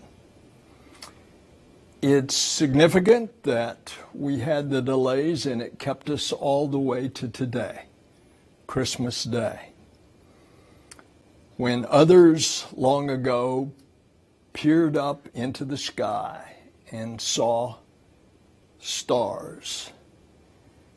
But it's also another millennia before that a shepherd grazing his sheep would look up at the night sky. He became a poet, and he penned the words, "The heavens declare the glory of God, the firmament shows his handiwork." That shepherd, that poet, became king. And those immortal words in Psalm 19 encapsulate the expressions that we have today. The handiwork of God, as we peer back in time, over 13 billion years ago, capture the light from the very beginning of the creation. My congratulations to the team. My congratulations to NASA, to our partners. Go James Webb Space Telescope. God bless you, and God bless planet Earth.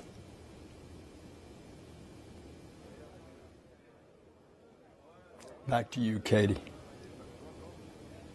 Bill Nelson, thank you very much for those incredibly moving words. Indeed, we're heading out to look at the first light of the universe. And Bill Nelson there, we have Stefan Israel with us from Ariane Space. Bill Nelson there being so complimentary about the partnerships, the teamwork, and thanks as well to you guys for this fantastic launch. What a day, Stefan. Indeed, what a Christmas gift today from the Guiana Space Center. We really want to thank NASA for its trust.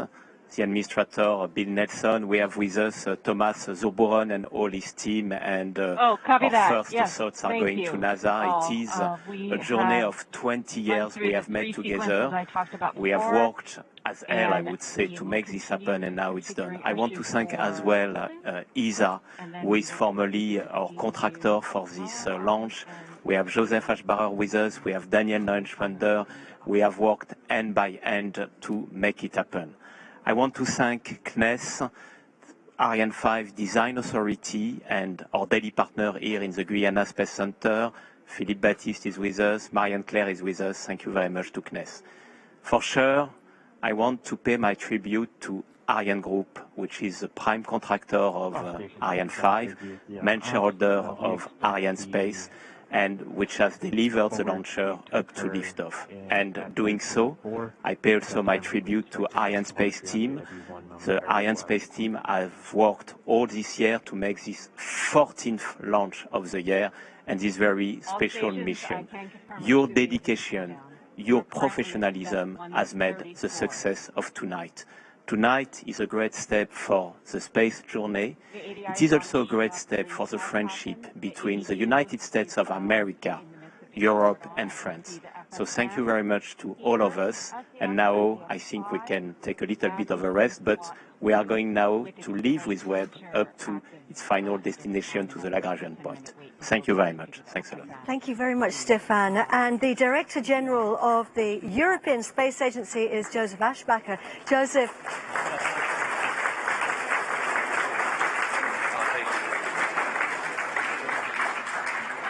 So Merry Christmas to everyone.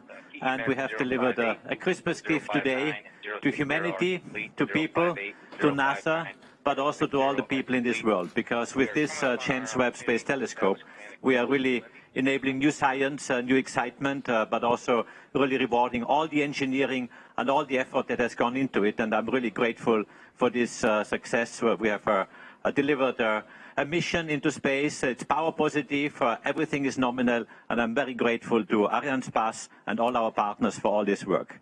Stefan Israel has already thanked all our partners, but let me also just very briefly recall that this was really a team effort. It was a team effort of the European team. We call it Team Europe, the European Space Agency, obviously providing the launcher with Ariane with CNES, with Ariane Group, with all our partners which we have to make this possible. And I really would like to spend a minute to thank all the people involved in this. Today is Christmas. Some of them are here, have been spent weeks here in French Guiana or at the sites where they have been working. It's a special moment. I know you have made sacrifices, but it's a special moment, and really thank you from my heart. But also thank you, NASA. Bill Nelson was speaking before. Thomas Zurbuchen is here with his team. Fantastic cooperation, and this cooperation between NASA and European team is really exemplary. And a big, big thank you, Thomas and your people, for what you have done together with us, that you have entrusted this precious spacecraft to us, which we could deliver. And I'm so happy today, I can tell you, this is a very special moment. It's very nerve-wracking. I couldn't do launches every single day. This would not be good for my life expectancy. But I can tell you this was very exciting, very nerve-wracking, but really, really very successful. And thank you from my side. And congratulations, NASA. Congratulations, science community. Big science is to come, and really, really happy. Thank you from my side. So the president of the CNES, which is the French Space Agency, is Philippe Baptiste, and he joins us now. Philippe. Thank you very much. Well, as everybody here in the room, I'm very, very happy to see that everything was fine, everything is nominal.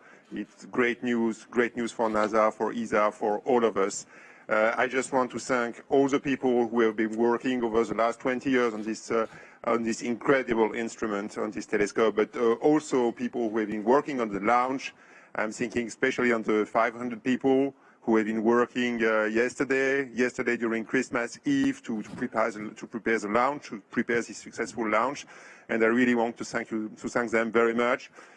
People from CNES, from ESA, from NASA, from Ariane, and from all the partners who are around. I also want to give a special thank to the French Armed Force of Guyana who made this launch possible. They were monitoring everything, and without them, nothing would be possible here on this site. So thank you very much for all of them, and thanks also to all people from Guyana who are supporting this incredible European spaceport that we have here today. Thank you very much. Thank you, Philippe. So we now have a pre-recorded message from Lisa Campbell, who is the president of the Canadian Space Agency. I am so proud to witness the highly anticipated launch of this extraordinary mission. Je suis très heureuse et fière de m'adresser à vous aujourd'hui. It's a remarkable feat of international collaboration to think of all the scientific and engineering coordination that made today's events possible. In fact, Webb is the result of close to 25 years of planning and development with our international partners. Notre participation au télescope Webb est l'aboutissement de plus de 25 ans de planification et développement avec nos partenaires internationaux. We're playing a big role on the world stage. Canadian excellence has helped make this flagship telescope a reality. Our participation in Webb is extremely significant. It's the largest space science project in the 60-year history of our space program. Webb est effectivement le plus grand projet de science spatiale dans lequel nous avons été impliqués depuis le début de notre programme spatial. The successful launch of this groundbreaking telescope bolsters humanity's quest for knowledge of the cosmos and ignites interest in astronomy for a new generation. The Canadian Space Agency is proud to have contributed critical instruments to this large-scale partnership as part of a global effort to spur the next great scientific leap. We're thrilled to take part in a mission of such enormous scientific promise.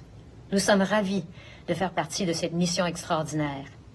Canadian astronomers are excited to use Webb's data and benefit from the tremendous science opportunities offered by this one-of-a-kind observatory. We congratulate the fantastic team of over 10,000 people who put all their skills, ingenuity, and effort into developing the telescope for more than 2 decades. Bon voyage, Webb! Canadians will follow your journey with great interest. And now I'd like to hand you over to Thomas de Brucken, who is the head of science at NASA. Thomas. Well, Katie, what an emotional day, what an emotional time. We're here, all of us who have been working together for so many weeks, months, and years, and more importantly, our teams are taking team images behind us who have put in front of their lives as a highest priority for so many of them to actually get this done and get it done here, working even during the holiday times. I just couldn't be more grateful to the many, whether it's Ariane, CNES, the European Space Agency, all the amazing people around French Guiana, the forces that are here, all the good people that have been such great hosts to our teams. All of them I want to thank. You know, whenever we look at launches, they're both an ending and a beginning. They're an ending of an engineering project on the ground, and with many amazing hours and challenges that are there, but they're a beginning. They're a beginning of one of the most amazing missions that humanity has conceived, and I'm so excited to look forward to the next setup of this telescope and all the science to come. Thanks to everybody. This is what we can do when we come together, Katie, as one, humans. It's just absolutely incredible. It's wonderful. And Dr. Z, thank you very much. Massive congratulations to you all, to everybody who's involved in today. Huge congratulations from everybody here at the Guiana Space Center, and also our very best wishes to all the teams in Baltimore who are now monitoring those early operations of the telescope as it starts to unfold. I'm going to hand you back now to Goddard, but before I do, I just want to say from all of us here at the Guiana Space Center, Merry Christmas. Over to you, Michelle. Thank you, Katie. I can tell you that here it feels like the dawn of a new age. Historians of the future will divide our understanding of the cosmos into eras before Webb and after Webb. Webb is this milestone that marks a bold effort to look backwards in time to the mysterious origins of everything. Of course, we move at human time scales, so here's what's coming up. In the next few weeks, engineers will unfold Webb's critical sun shield to begin chilling the telescope to unimaginably cold temperatures. They'll extend the DTA, the Deployable Tower Assembly, the structure that supports the Great Golden Mirror. And then finally, they'll unfold that mirror and begin the process of fine-tuning the system for work. Through it all, we intend to bring you live coverage of all of the important events that are happening, along with expert commentary and extraordinary images from the Mission Operations Center and our own broadcast headquarters here at Webb's home, the NASA Goddard Space Flight Center. Stay with us over the next few weeks because the adventure is just getting started. Speaking for everyone on the team, it's been a great pleasure to be with you here today. I'm Michelle Thaller, and you've been watching special live coverage of the historic launch of the James Webb Space Telescope. Thank you for joining us.